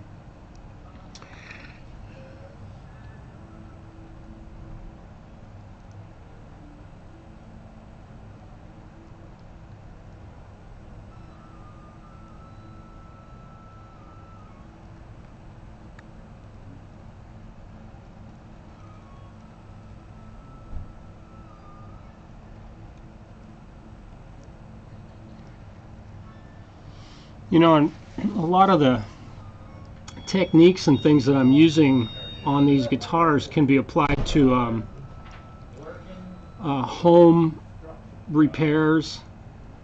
If you really want to make something that's messed up look nice, the CA glue, using it as a filler is really pretty remarkable way to hide little things that might be noticeable to the eye. Hey Sean, what's up? Man, it looks like a museum. It's good to see you. This one is Bluetooth, Let's see what and this one is actually. This one actually has cassette. it is. FM, AM. Yep. LeGrand Stereo Music, this is Marshall. Is that 49 or 149? Well, it's actually 129 for you. Oh, we don't have banker's hours anymore. I don't know, we have, I don't know what you would call it, but we open at 11. I'm sorry that we missed you. And so this one, Bluetooth. Yeah. This no Bluetooth. Yes. That's the difference. And cassette. I have actually still I a do pretty too. good collection of cassettes. I got something like this because all my bands in the 70s and 80s are all on cassette, so I can play it. Yeah, cool. From a curb to a, Cool. what are you trying, so I'm not that's sure I fine. understand what you're asking for, This my is the friend. cheap stuff? Yes, Okay. I don't really. I don't want cheap, but Okay. I am just looking for just. This is about as cheap as they exist for less out there. Yeah, I was at Fine Mart. Oh. Yeah. These are really good. Okay, I'm not exactly. Again, forgive me because I'm hoping you were trying to reach LeGrand Stereo and Music, correct? What else was Okay. I thinking about? Oh. How about a gig bag for a little? Have you seen those? Yeah. Yeah. Are you able? Are you here in town? You're in Cove. Okay. How much trouble would it be for you to bring the vehicle in so we can kind of size up and see what kind of equipment we can use for it? Because it's like this big, it's half scale, so it's. Understood. Okay. So it starts in. Yep, we open at 11 o'clock. And our what's the day of the week is that? Let me Tuesday?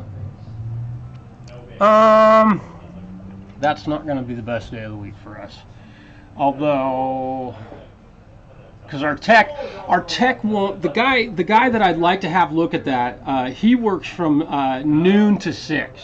Now I know these hours sound really wimpy, but that's kind of what we have. So, because I'd really like to have Chris take a look at that for you. He is our in-house expert. He's one of the best. So, is it possible maybe on that day? I mean, if you came in a little early, that'd be fine, but Chris will be here at noon. So, how would that work for you? We'll work that out.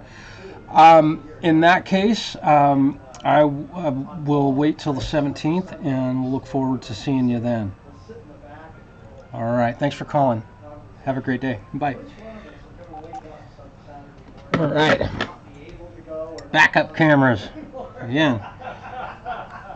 All right, let's see how we're doing with the fill here. Thank God that day is coming.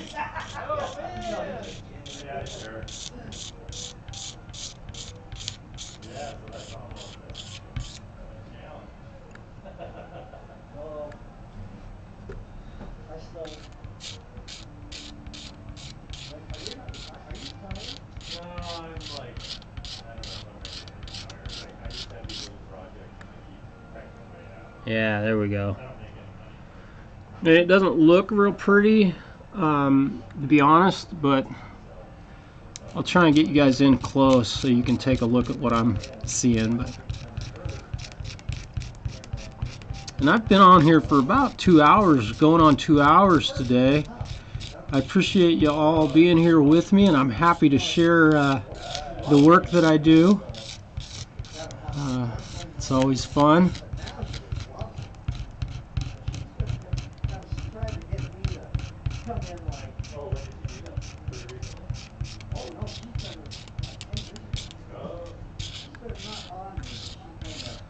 All right. Better than her saying, hey, aren't you supposed to be going to work? Yeah, my wife just actually retired, so I'm realizing I need to throw projects at her. It's like you're still kind of cooking and doing stuff like it's working. So, Yep, got it. Okay, get there. Just a little remainder of CA glue off the edge of the fingerboard, and we'll feel how smooth. Oh man, you cannot even feel the transition right there. It's absolutely perfect.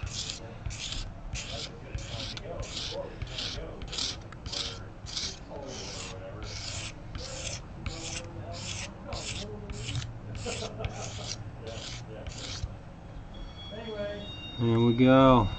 Looking good.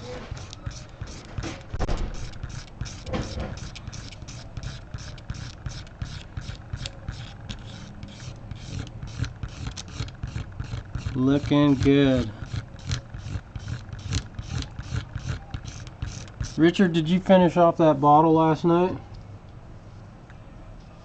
2D Ford.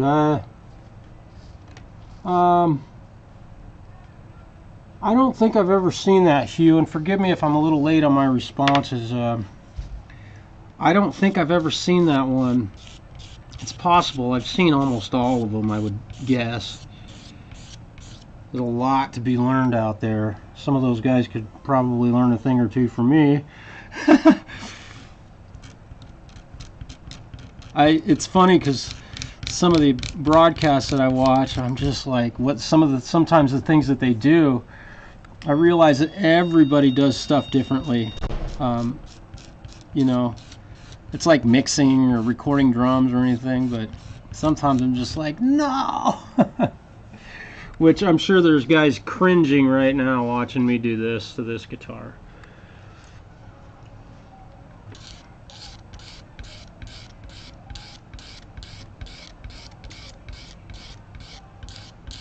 Okay, and there's that side.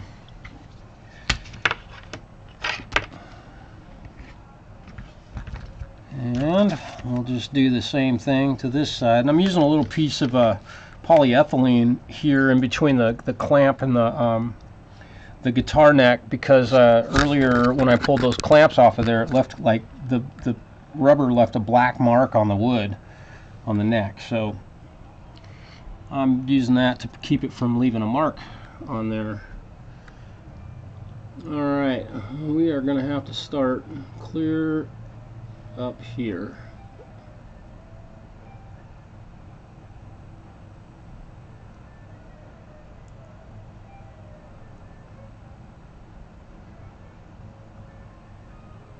And I am barely touching this bottle.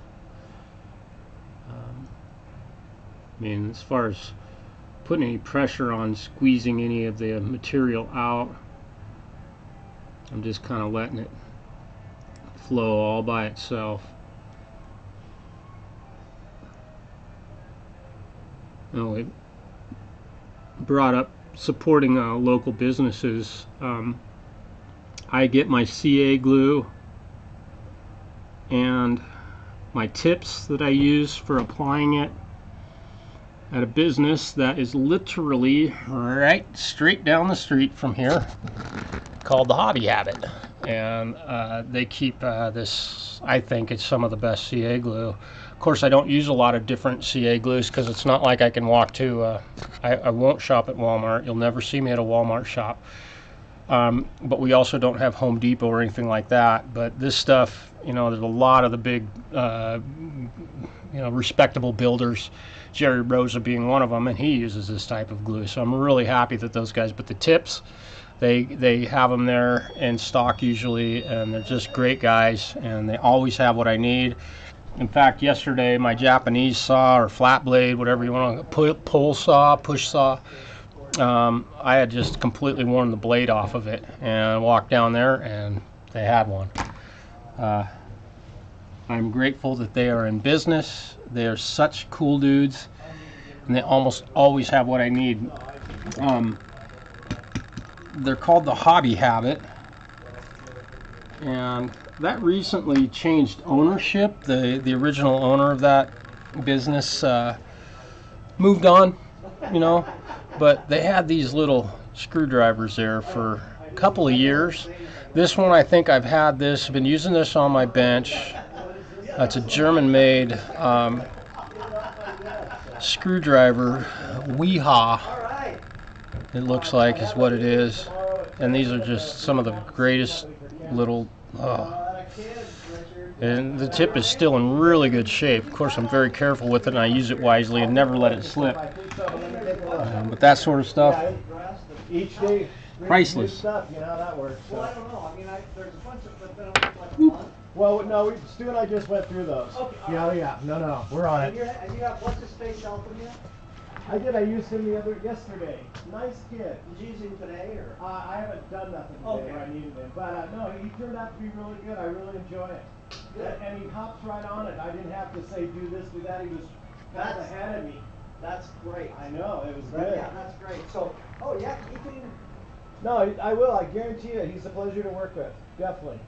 So, but I'm gonna need some help with that spool job on those speakers. I can't. Yeah. 'Cause I mean, Whew. Again, sorry, you guys were looking up at the sky. No, I just did another application of CA glue on this guy. You can see it's a little shiny, a little wet. speakers go way the hell up there. In Enterprise, you mean? No, the junior high. I got to remember to talk to my cameraman when I'm moving around like that. Works fine, but it's their speakers. I need to swap out our speakers. Yeah. I need to check out Tudeford. That we're on the old speakers won't work with the new speakers. So, but I'll work Yeah. with Stu on that. He knows what I'm up to. Okay. Okay, you didn't finish that bottle off. I see. Okay, cool. Richard, what's happening? Oh, nothing. Just got I don't know 3 or 4 projects going on. So never a dull Excellent, man. moment. In fact, this is funny. You remember the other day when I saw you? That guy called and he Yeah, the wanted a VCR. right? Okay. And then I realized who he was when I saw the address. Uh-huh. His name is Richard. So, Yeah.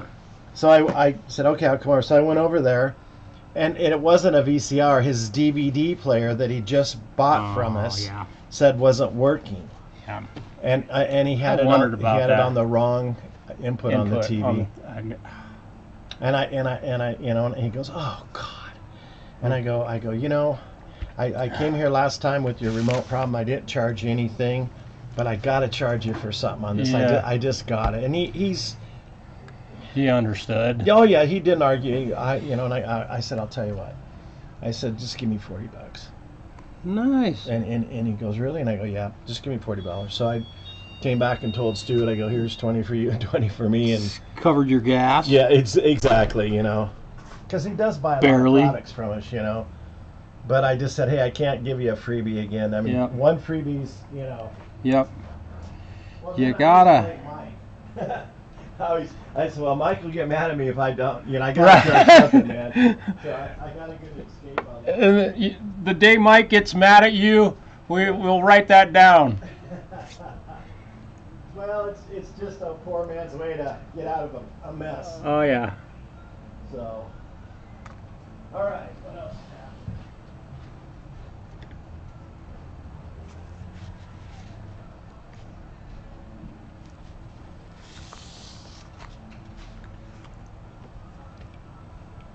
Whew. I need to clean my bench. It's time to clean the bench.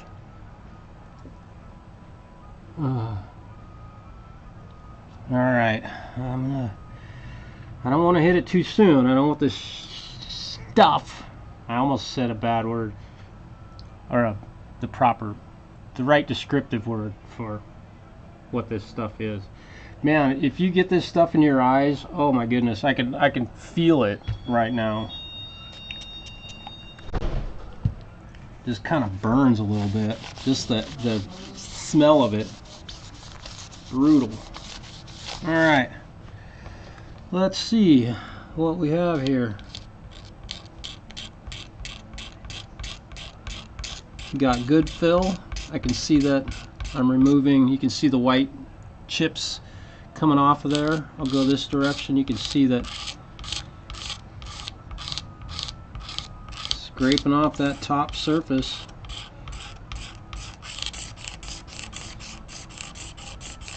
Make that little gap vanish.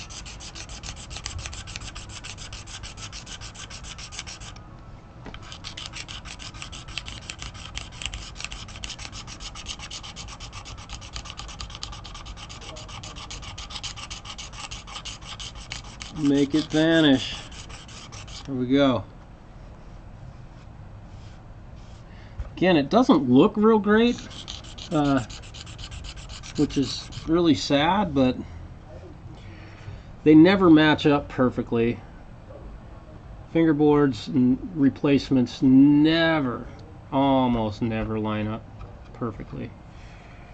But given the fact that the guy did some alterations to it on his own, I'm kind of stuck using a bunch of band-aids, I suppose. Okay, I need to get one more coat. I definitely need more material in there. Here we go. Right about here.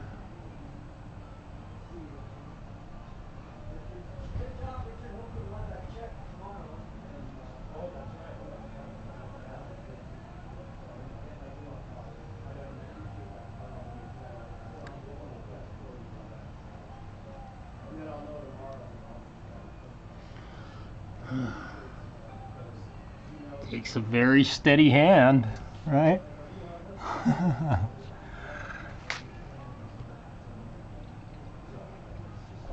I want to give a shout out to those of you who have been helping each other with watch time, getting your hours up to the appropriate time. If you've got 1,000 subs, you can monetize your channel. I haven't decided if I'm going to monetize mine or not yet.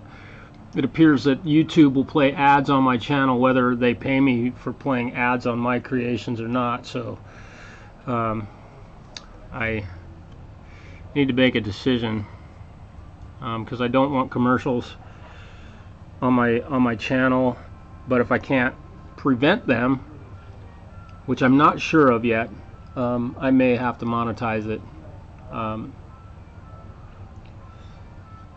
Advertisements are proof in plain sight that we are paying way too much for products. There's my statement for the day.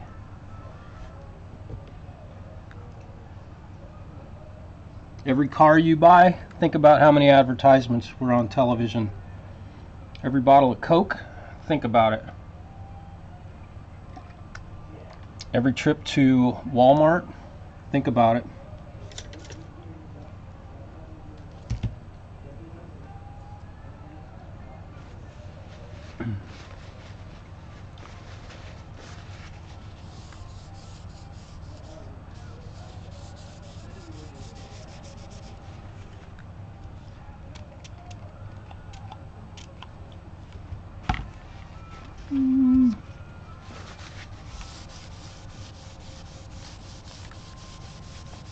Every car insurance payment you make, think about how many advertisements were on television for that company. Just today. We ain't talking about the Super Bowl.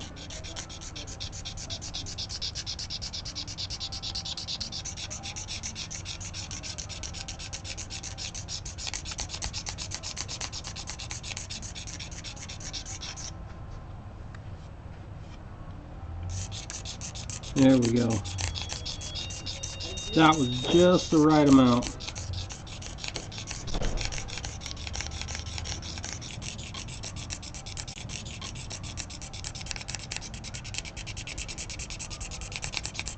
Now that gap is totally filled. 0. Cannot feel the transition. One spot right here. Thank you.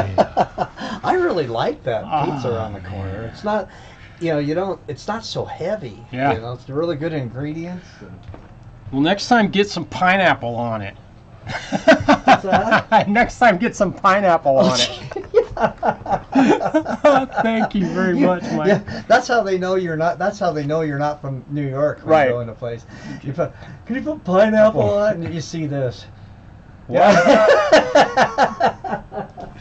That's why I always ate it too. Yep. Until I went back east.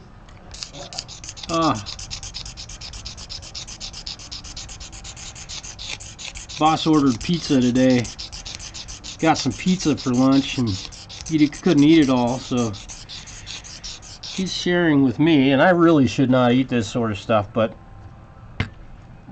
I'm not gonna turn it down. Gotta live a little. Gotta live a little. Hey Nikki, what's up? You, Sean. Oh. Okay.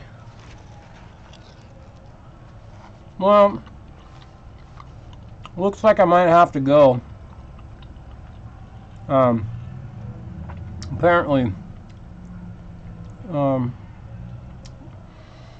error, YouTube is not receiving enough video to maintain smooth streaming. Open widget. You guys, thanks for being here. If you can hear me, I'm gonna head out. Probably tomorrow. So, thank you for being here. Subscribe to Mark Channer's channel.